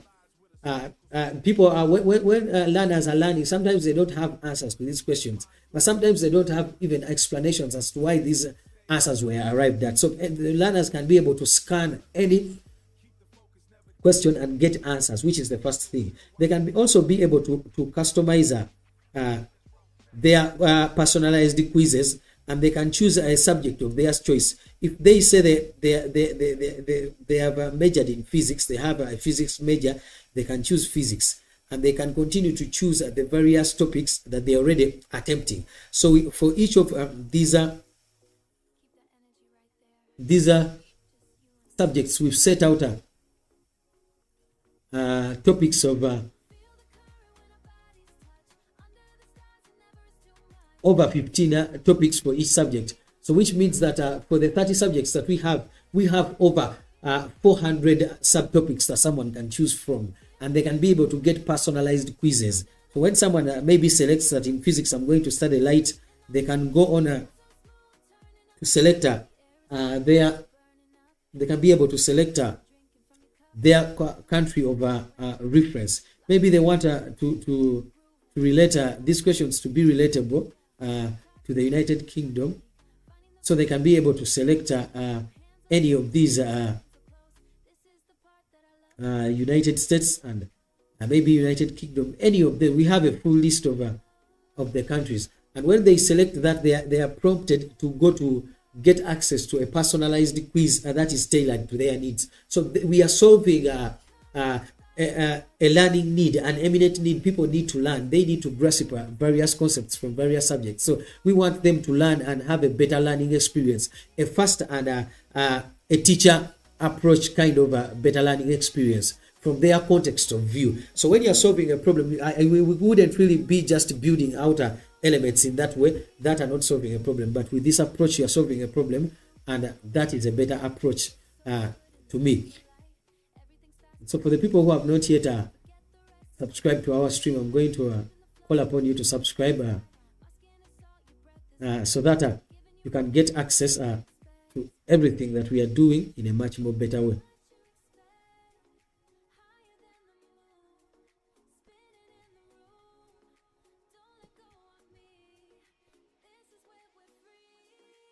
So let's continue and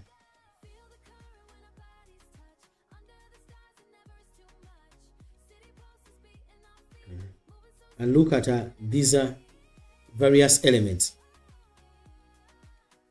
The way you are going to approach your app, like I told you, it is going to come from a place of you understanding that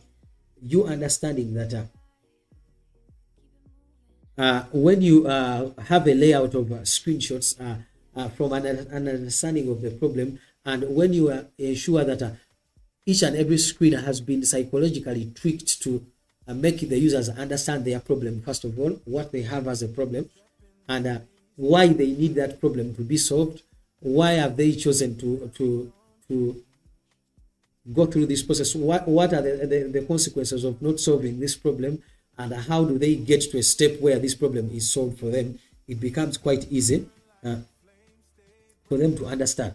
The framework is simple, mostly problem identification, and that is one of the elements that is quite understandable, an element that you can be able to capitalize on in this process. The process becomes quite simple and modular,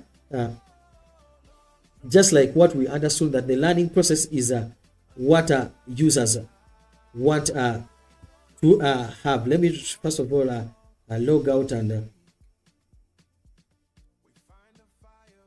relog in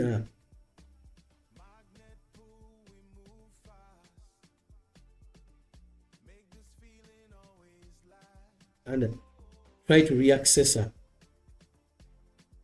our process. Like you've seen, well, let's go back here. I'm going to take you through our onboarding process and explain it one by one. But like you saw me how I created. So we created these screenshots from Google Stitch. So when you look at what we have here, in terms of the samples that we got, this was our explanation screenshots.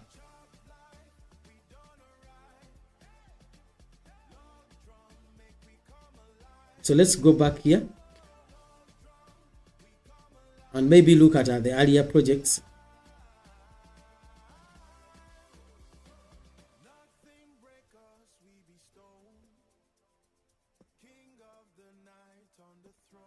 So I want to show you the earlier screenshots that we had that Google Stitch gave us. So this is where we crafted our learning process from. So these were the earlier screenshots that we received from Google Stitch about the learning app. And as we went on to make refinements to them. So you can see the layout was clear cut. We wanted something that was in light mode, but it gave it to us in a dark mode, and that was the initial layout of what we had in dark mode. You can look at it. We have some of these screenshots like this one. Select your grade, which is here. So when we continue, we go to another performance screen. I've seen this screen somewhere. It is here. This is the screenshot that we have here.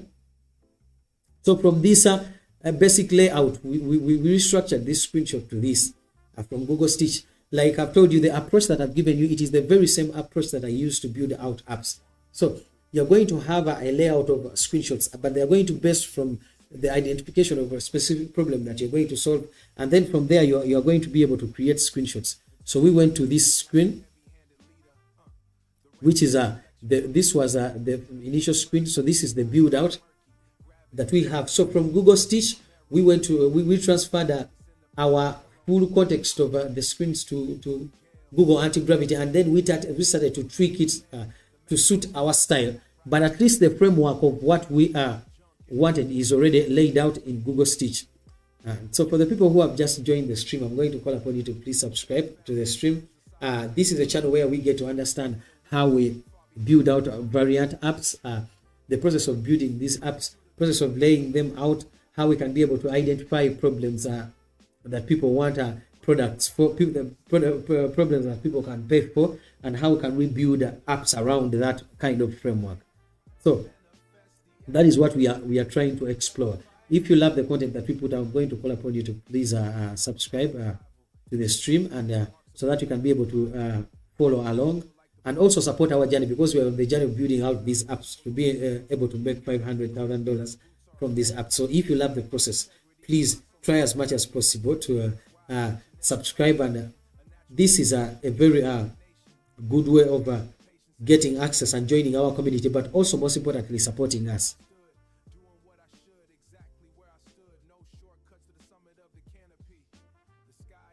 So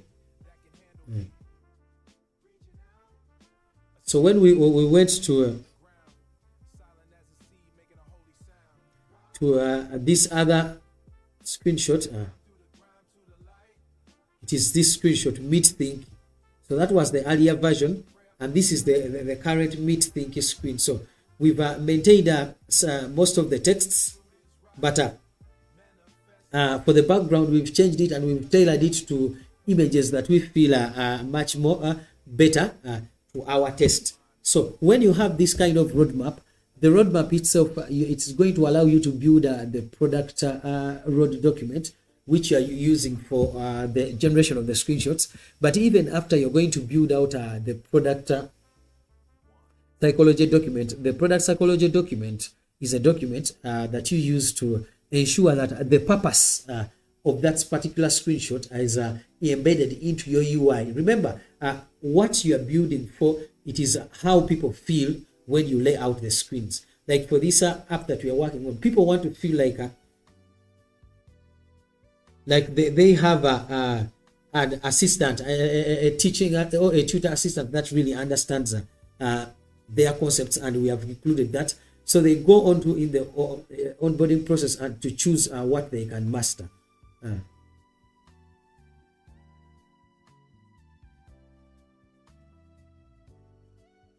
To choose what they can master.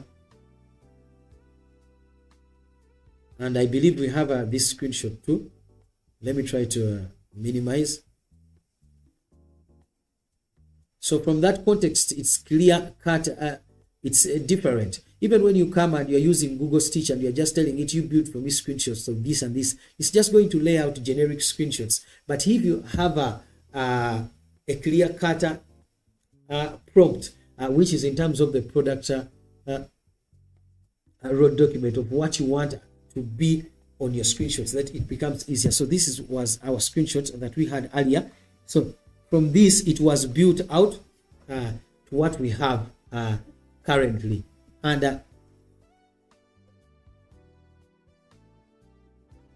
then when we continue here, we can look at narrowing the focus, and the focus is narrowed from choosing the subjects.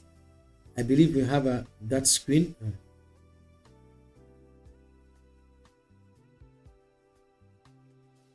So this was the earlier screen that we had for choosing the subjects, picking the category. We tweaked it a little bit to have a different kind of layout, but also we created variants of how these are viewable. Choose your favorites, but we zeroed down to the one that we have currently, which was much more better. And when we continue to this, we went further to prompt that if they are choosing subjects, then there should be subtopics that they are interested in. And with these subtopics,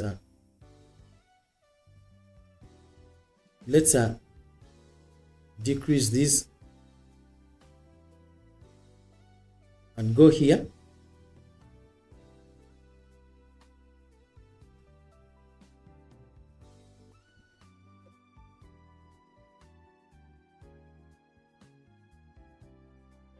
So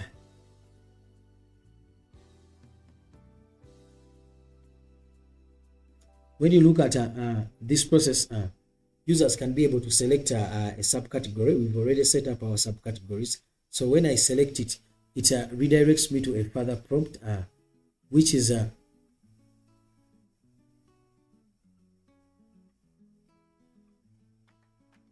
mostly the element of how do we learn, how do we get to learn.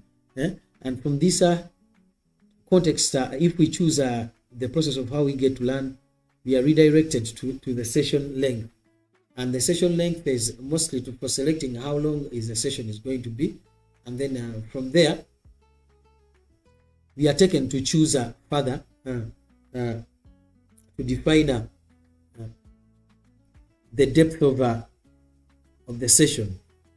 So when you look at our document that we have here, which is the onboarding psychology.md, we have included each and every screen, and we have included the purposes of each and every screen. So for each screen that you include in your app, there has to be a purpose. You can't just include a screen and you lay it out and you put it out there and there is no purpose to it.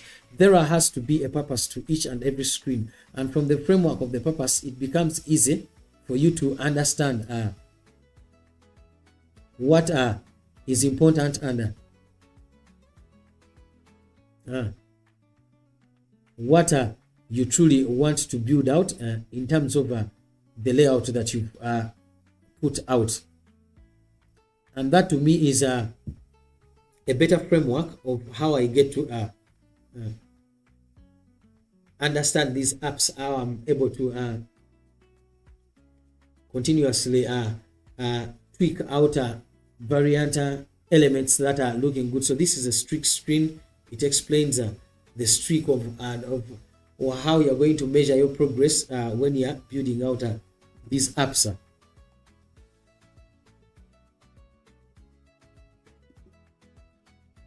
Also, this screen that we have, which is the snap and solve screen, I believe this one we have it in our Google Stitch. Let's go there.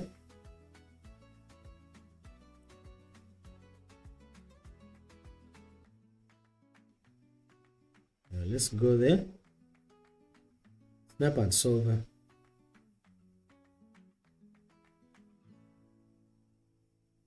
we have this.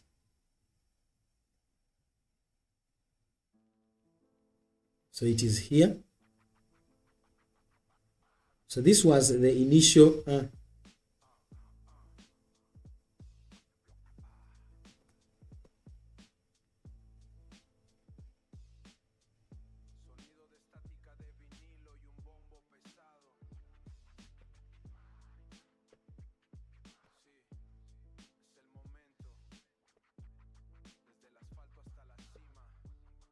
this was the initial screen that we had.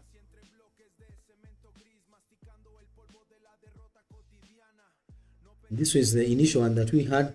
But from the initial one, you see how we've transformed it. Still, it is showing that scanning functionality.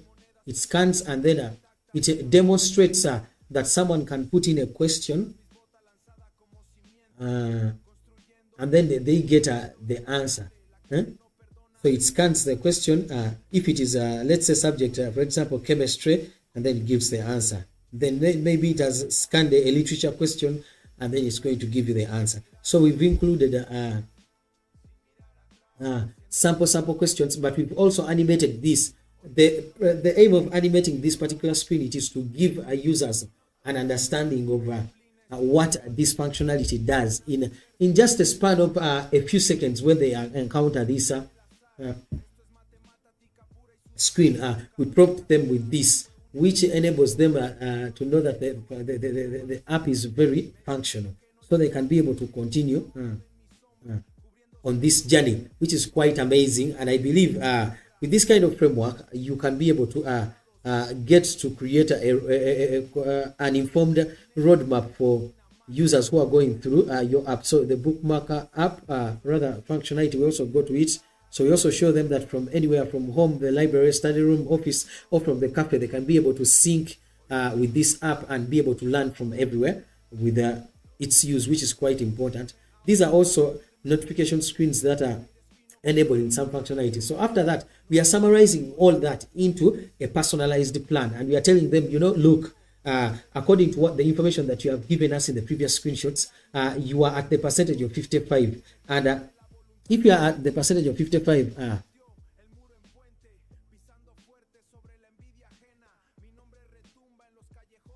this is where you're going to get at in a span of 4 weeks. You will be able to hit your goal. So it is very explained in this card, like below. Based on your analysis, our adaptive sessions focus on your weakest areas. Consistent practice will help you reach your goal by week 4. So we show you where you are currently, and then we show you in the week 4, you're going to progress. So that is a psychological nudge. It is a psychological nudge to the users to understand that, yes, this is where I am. I'm not so badly off. Yes, I'm somewhere. But if I get to choose to use this app, if I make an informed decision to use this app, then I'm going to get somewhere. So remember, we are dealing with humans when you're building apps. Humans are psychological.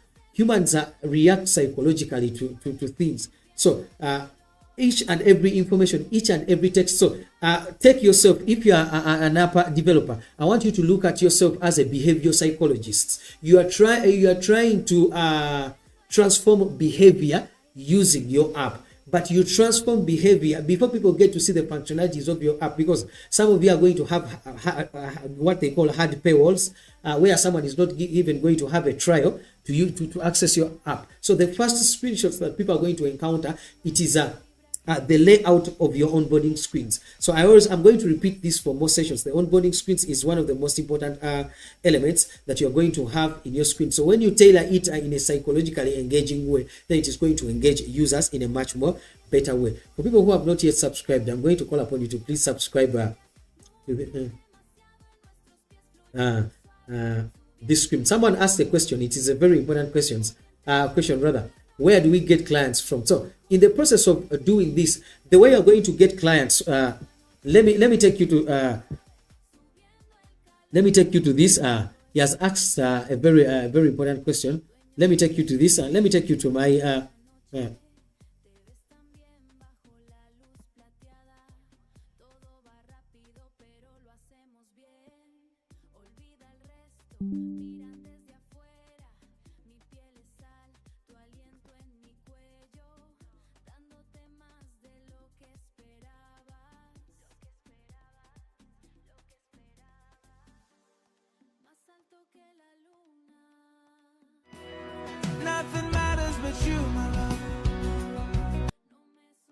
So let's go here. I want to show you something.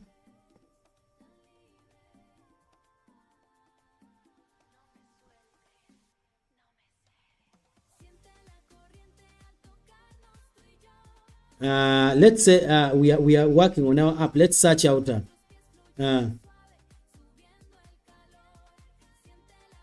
AI learning app.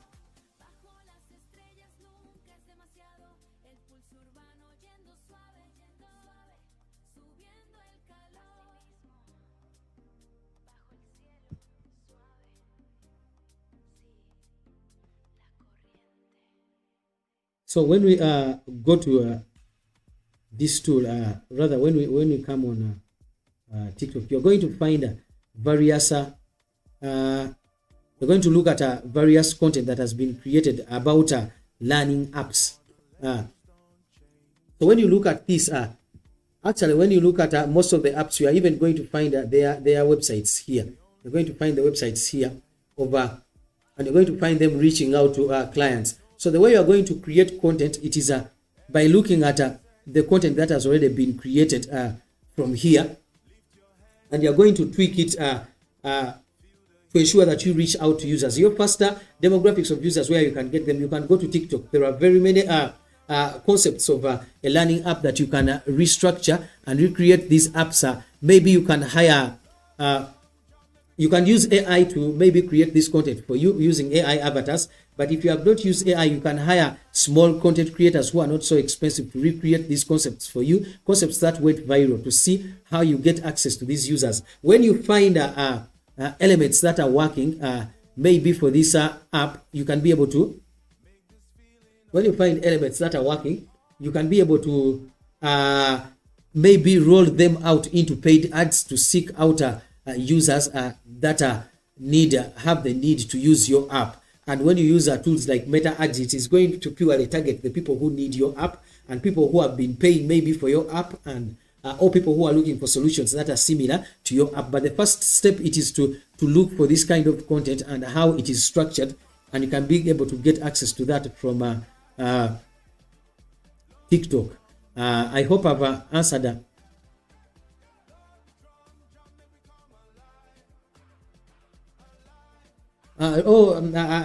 thank you for rephrasing the question. You say that when it comes to finding clients for custom tools, let's say, let me explain this to you. Let me go back here to our Google Anti-Gravity, create a new window.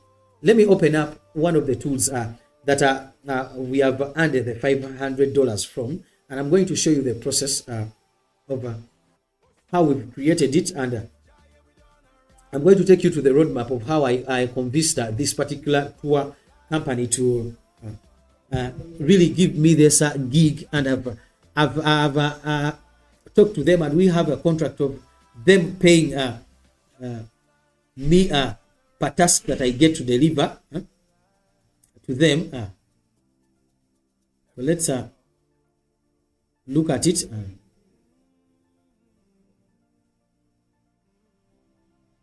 Let's look at it here. I also created this using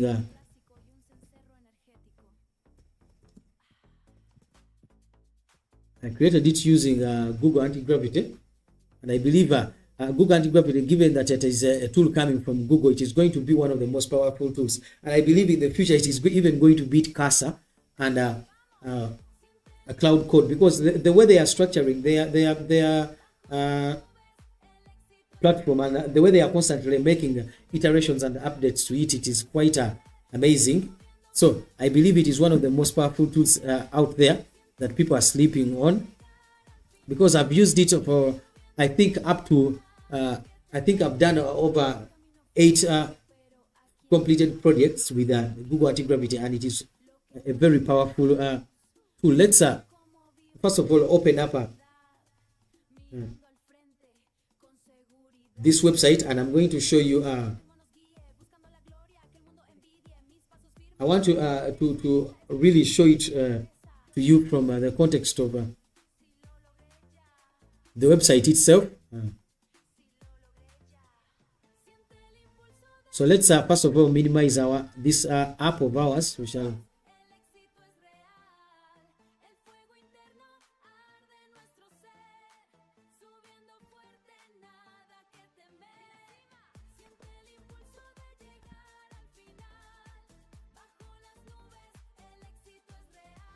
so this is a tour automation tool, and the way I got knowledge for this tool, I'm first of all going to explain to you. I went to the office of this company, and I found them, they were crafting out several itineraries, but they were having hardships because they were still using Microsoft Word to craft these concepts out in a much more better way. Now, what I did in terms of the concepts, it is that I went to them and I told them, you know what, give me a sample of your itinerary. So I told them, you give me a sample of your itinerary. And when they gave me a sample of their itinerary,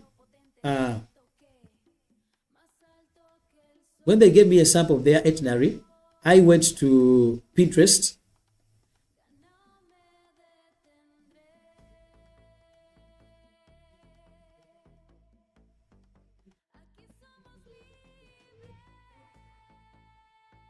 So I went to Pinterest, and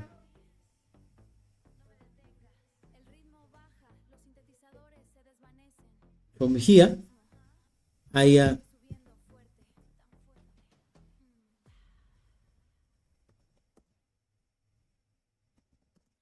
got to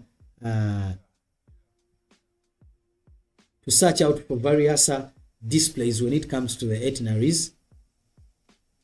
I want to explain this more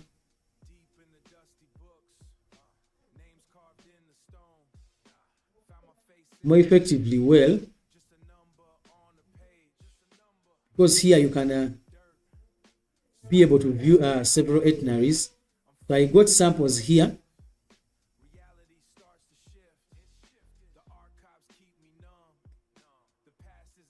And one of the samples that I got, I created a simple HTML tool that can allow them to enter information. And after I created that from the sample that I got, then actually let me show you the sample that I got, because I have it here in the way I incorporated it in our simple display over the elements. This is the sample. I got a sample image and then I recreated it into this. I believe I have that sample image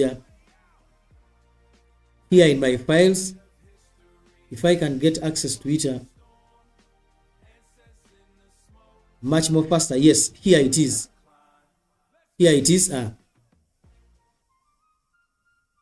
So this is the sample image I used. This was the start. I convinced them with this because they are manually doing this using Microsoft Word. So I convinced them with this. I got this image, travel itinerary, from Pinterest. I recreated it into HTML code, and after I convinced them and they made the initial payment to start off, then I went back and I created a robust system where they can be able to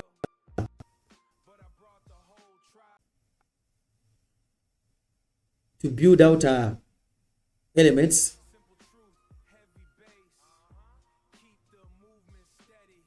Mostly I talked to them and I convinced them to give me the job, and when they made the initial payment, I built out a tour automation system that is quite complex, where they can be able to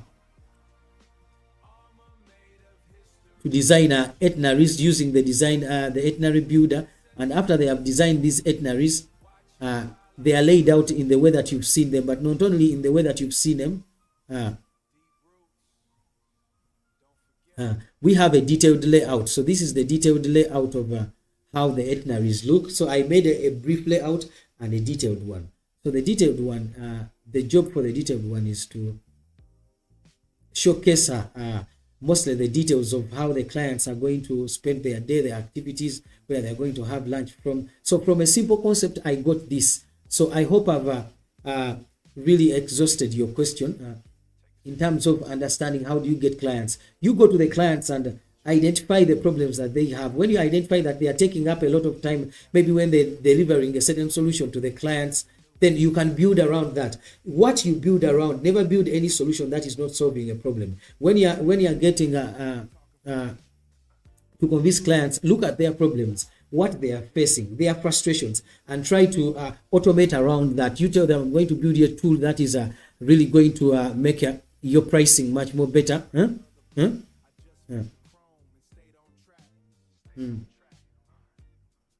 So the MVP, like you said, it convinced them very well, because from the MVP, actually, when we had a subsequent review of this app, what I delivered to them was different, because what they gave me, when I convinced them, they gave me a framework of what they said. They said, these are the activities that we do. We get to do craft out itineraries on a daily basis. So I had to build an itinerary builder and a preview. So that's why when you look at this screen, we have the itinerary builder, and then we have the stored itineraries. So after we build out the itineraries from here, let me show you.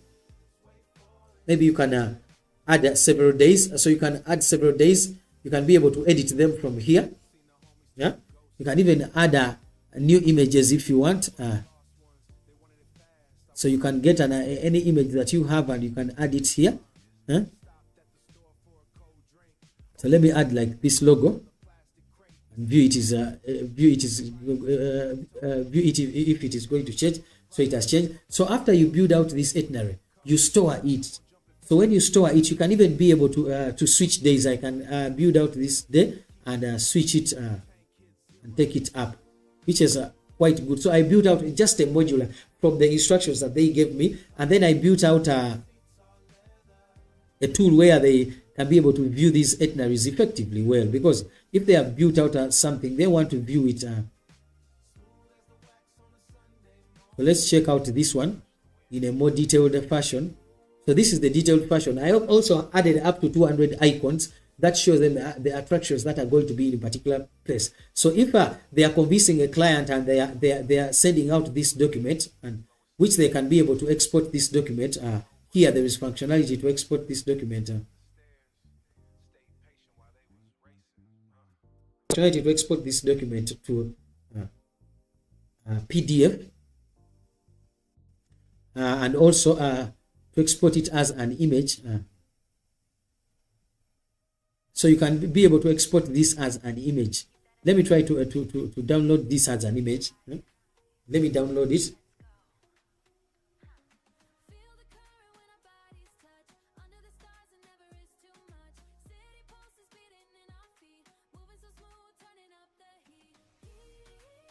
So let me download it. It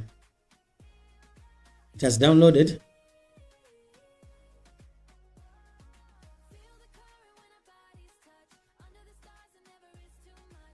So it has downloaded. Let's go here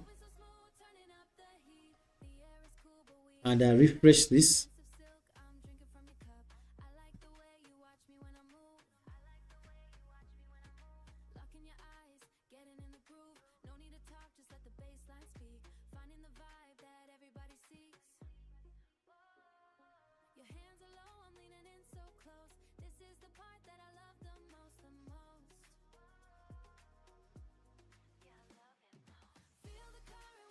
So it has made the download. Maybe we access it from here.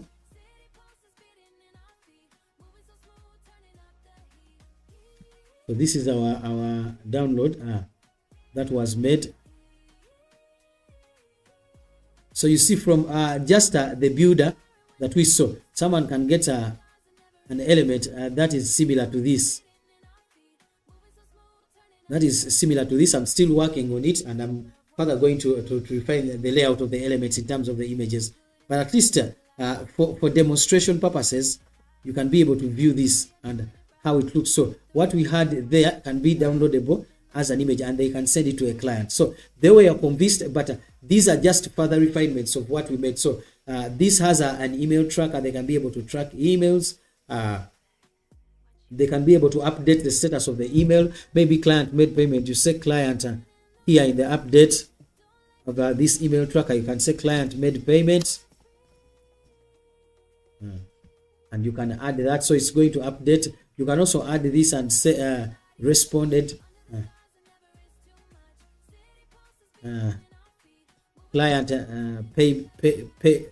made payment, and it's going to show, so they can be able to track their emails. They can also be able to cost out their various safaris.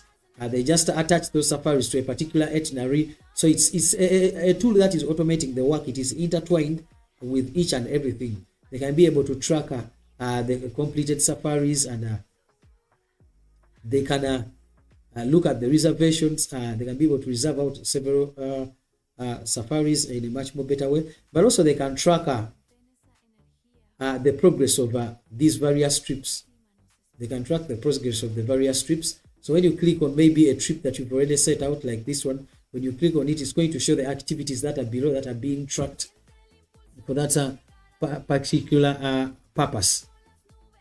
So basically, when you go to this element, which is the accommodation element, they can be able to view various accommodations and their pricing, and be able to layer them out. So for me, this is a better practice, that when you approach a client, look at their challenges, look at their problems. Look at their problems, look at what they have in terms of the challenges, and you build around that. Thanks for noticing that it looks modern.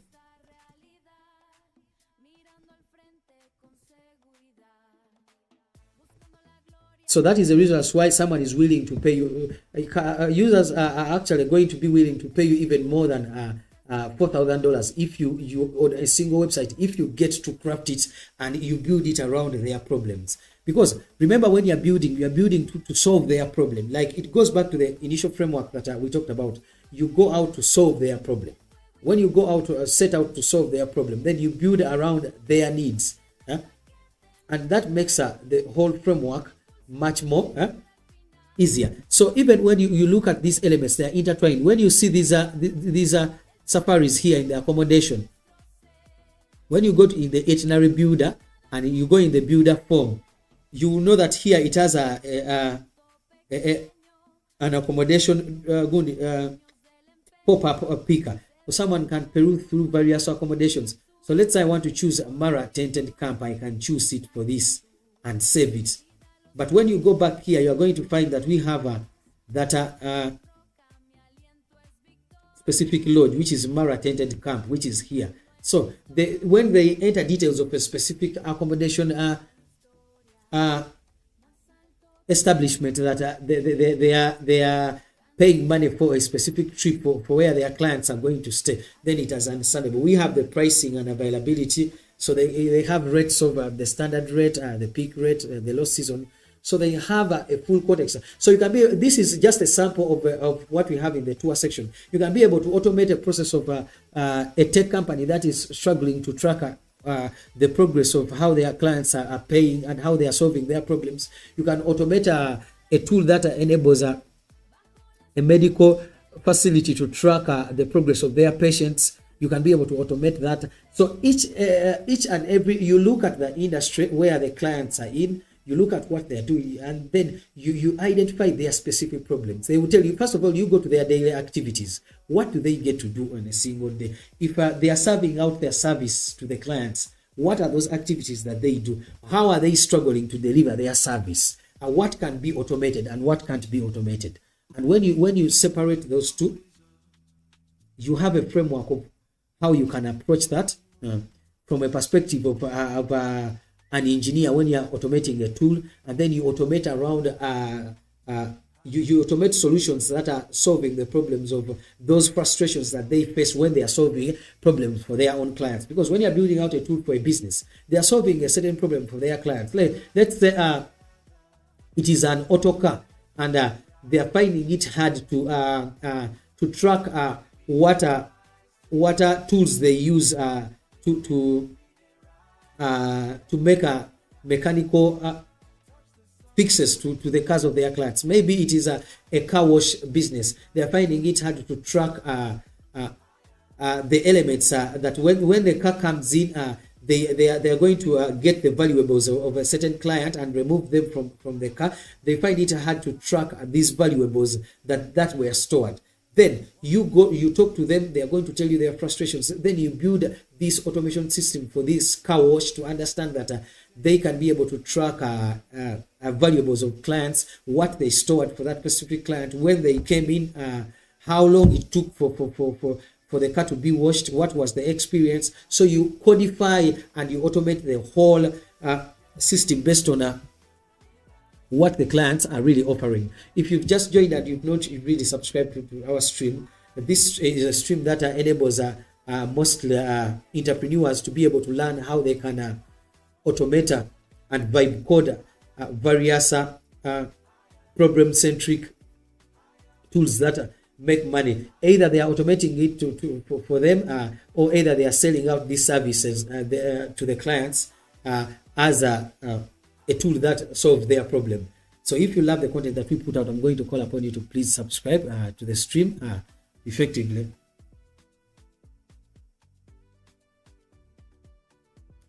So someone wanted to know the other products that I built. So let me show you one of the products that I built.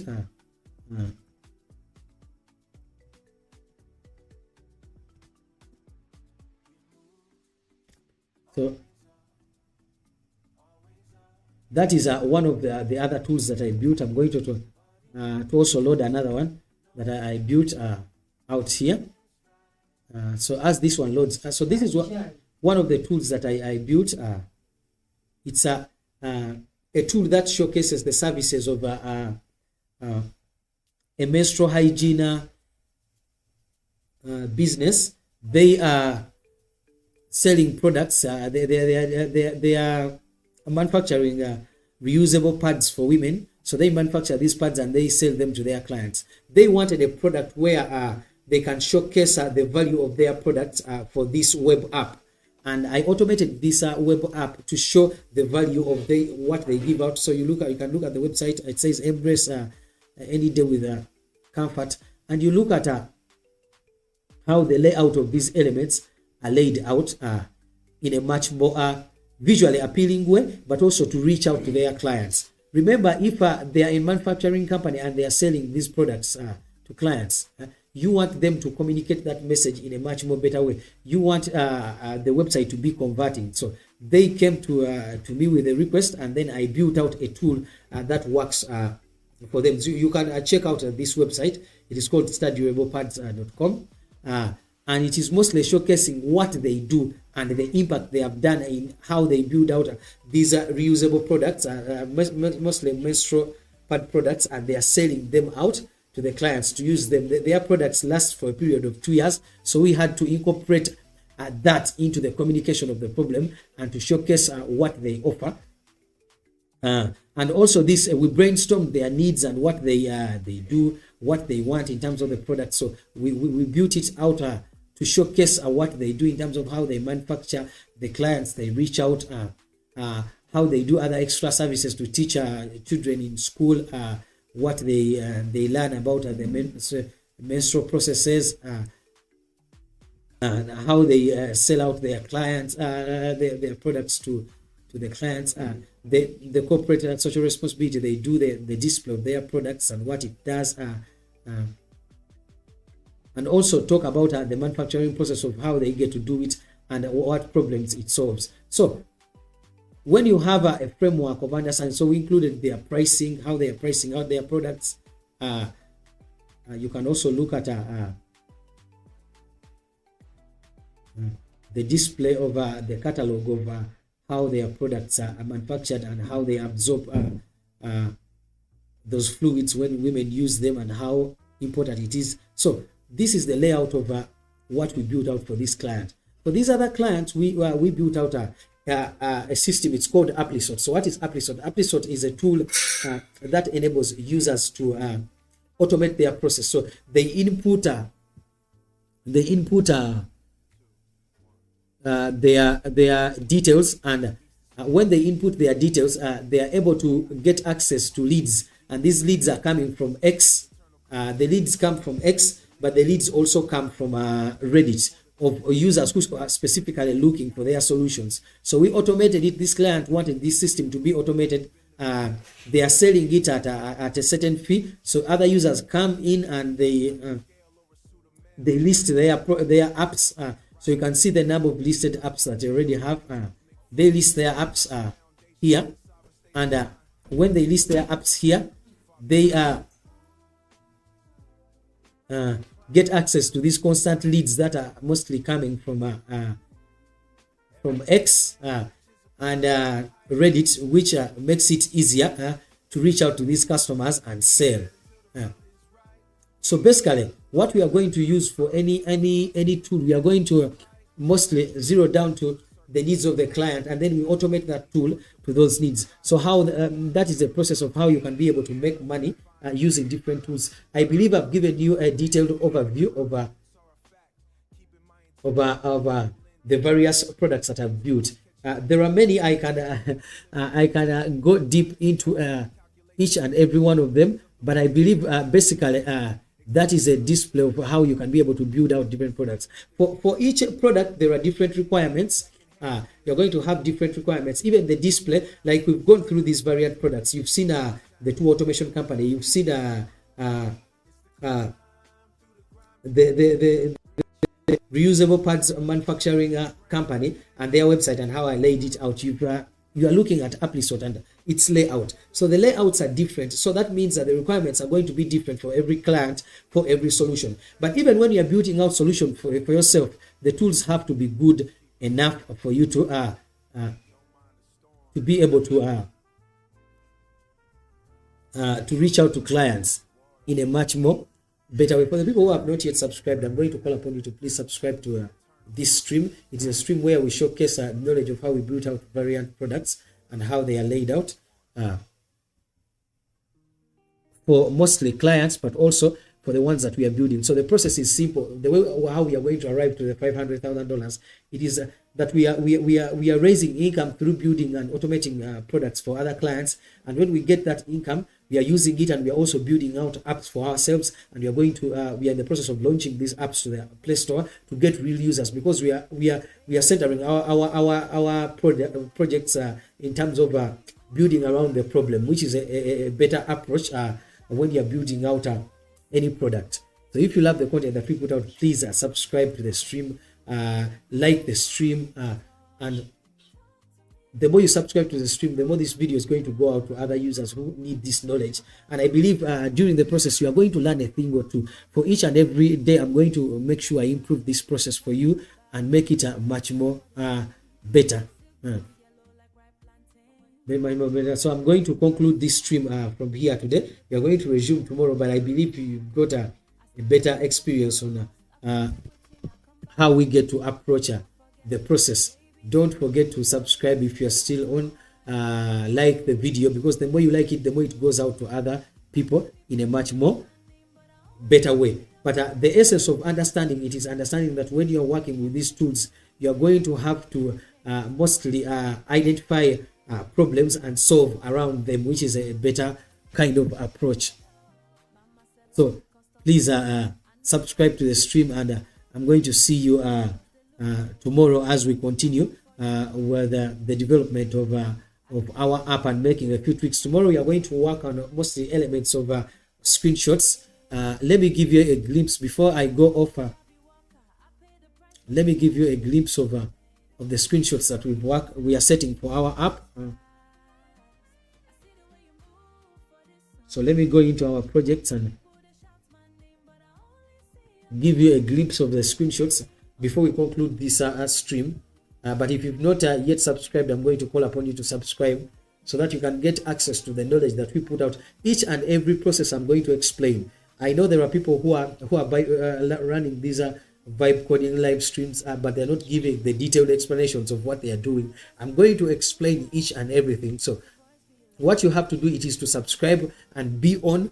And if you have questions, I'm willing to answer each and every question. Go in the comment, in the chat section, ask as many questions I want, because when you ask questions and we explain them, we get to learn on a broader overview. I get to learn more from you. Today I learned a few things from the comment sections, but you're also going to be learning in the process, but as I'm building out these products. So let's open here some of these screenshots. So for our learning app that we are working on, let me retag it here. For our learning app that we are working on, which is this app that I'm showcasing,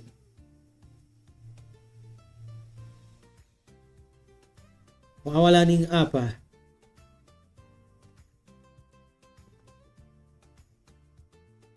these are some of the screenshots that I've just brainstormed. I'm using this tool. It's called app launch, but the applaunched.com. You can be able to create screenshots for your app. So given that we are mostly making we are finalizing with the layout of what we want in terms of the functionalities, these are the screenshots that we are going to submit. We are going to definitely replace these screenshots in the mock-up with our real screenshots. That one we are going to replace it after we finalize and we have access to our real screenshots. Then after the replacements, this is a preview of what we are proposing to launch to send in when we send in our app to be approved on the App Store. So our journey continues. Tomorrow we are going to further work on these screenshots, but also we are going to work on the tweaking the website for our app, because we have a website for our app. We are also going to ensure that we work on it, because for any app that you're going to submit to the App Store, one of the requirements that you're going to have is that you're going to have a website. You need to have a website, and there are certain things that need to be on that website. So we had to also create that website using Google Anti-Gravity. I've already shown you 3 products that I've showcased. We are also going to view that tomorrow. So if you love the content that we put out, I'm going to call upon you to please subscribe to the stream, subscribe to our journey of getting to hit $500,000 in terms of the funds that we are going to generate from our vibe coded apps. If you love the process, please also click the notification button and like this specific video so that it can go out to many more people to get to learn more from this process. Thank you, and see you tomorrow.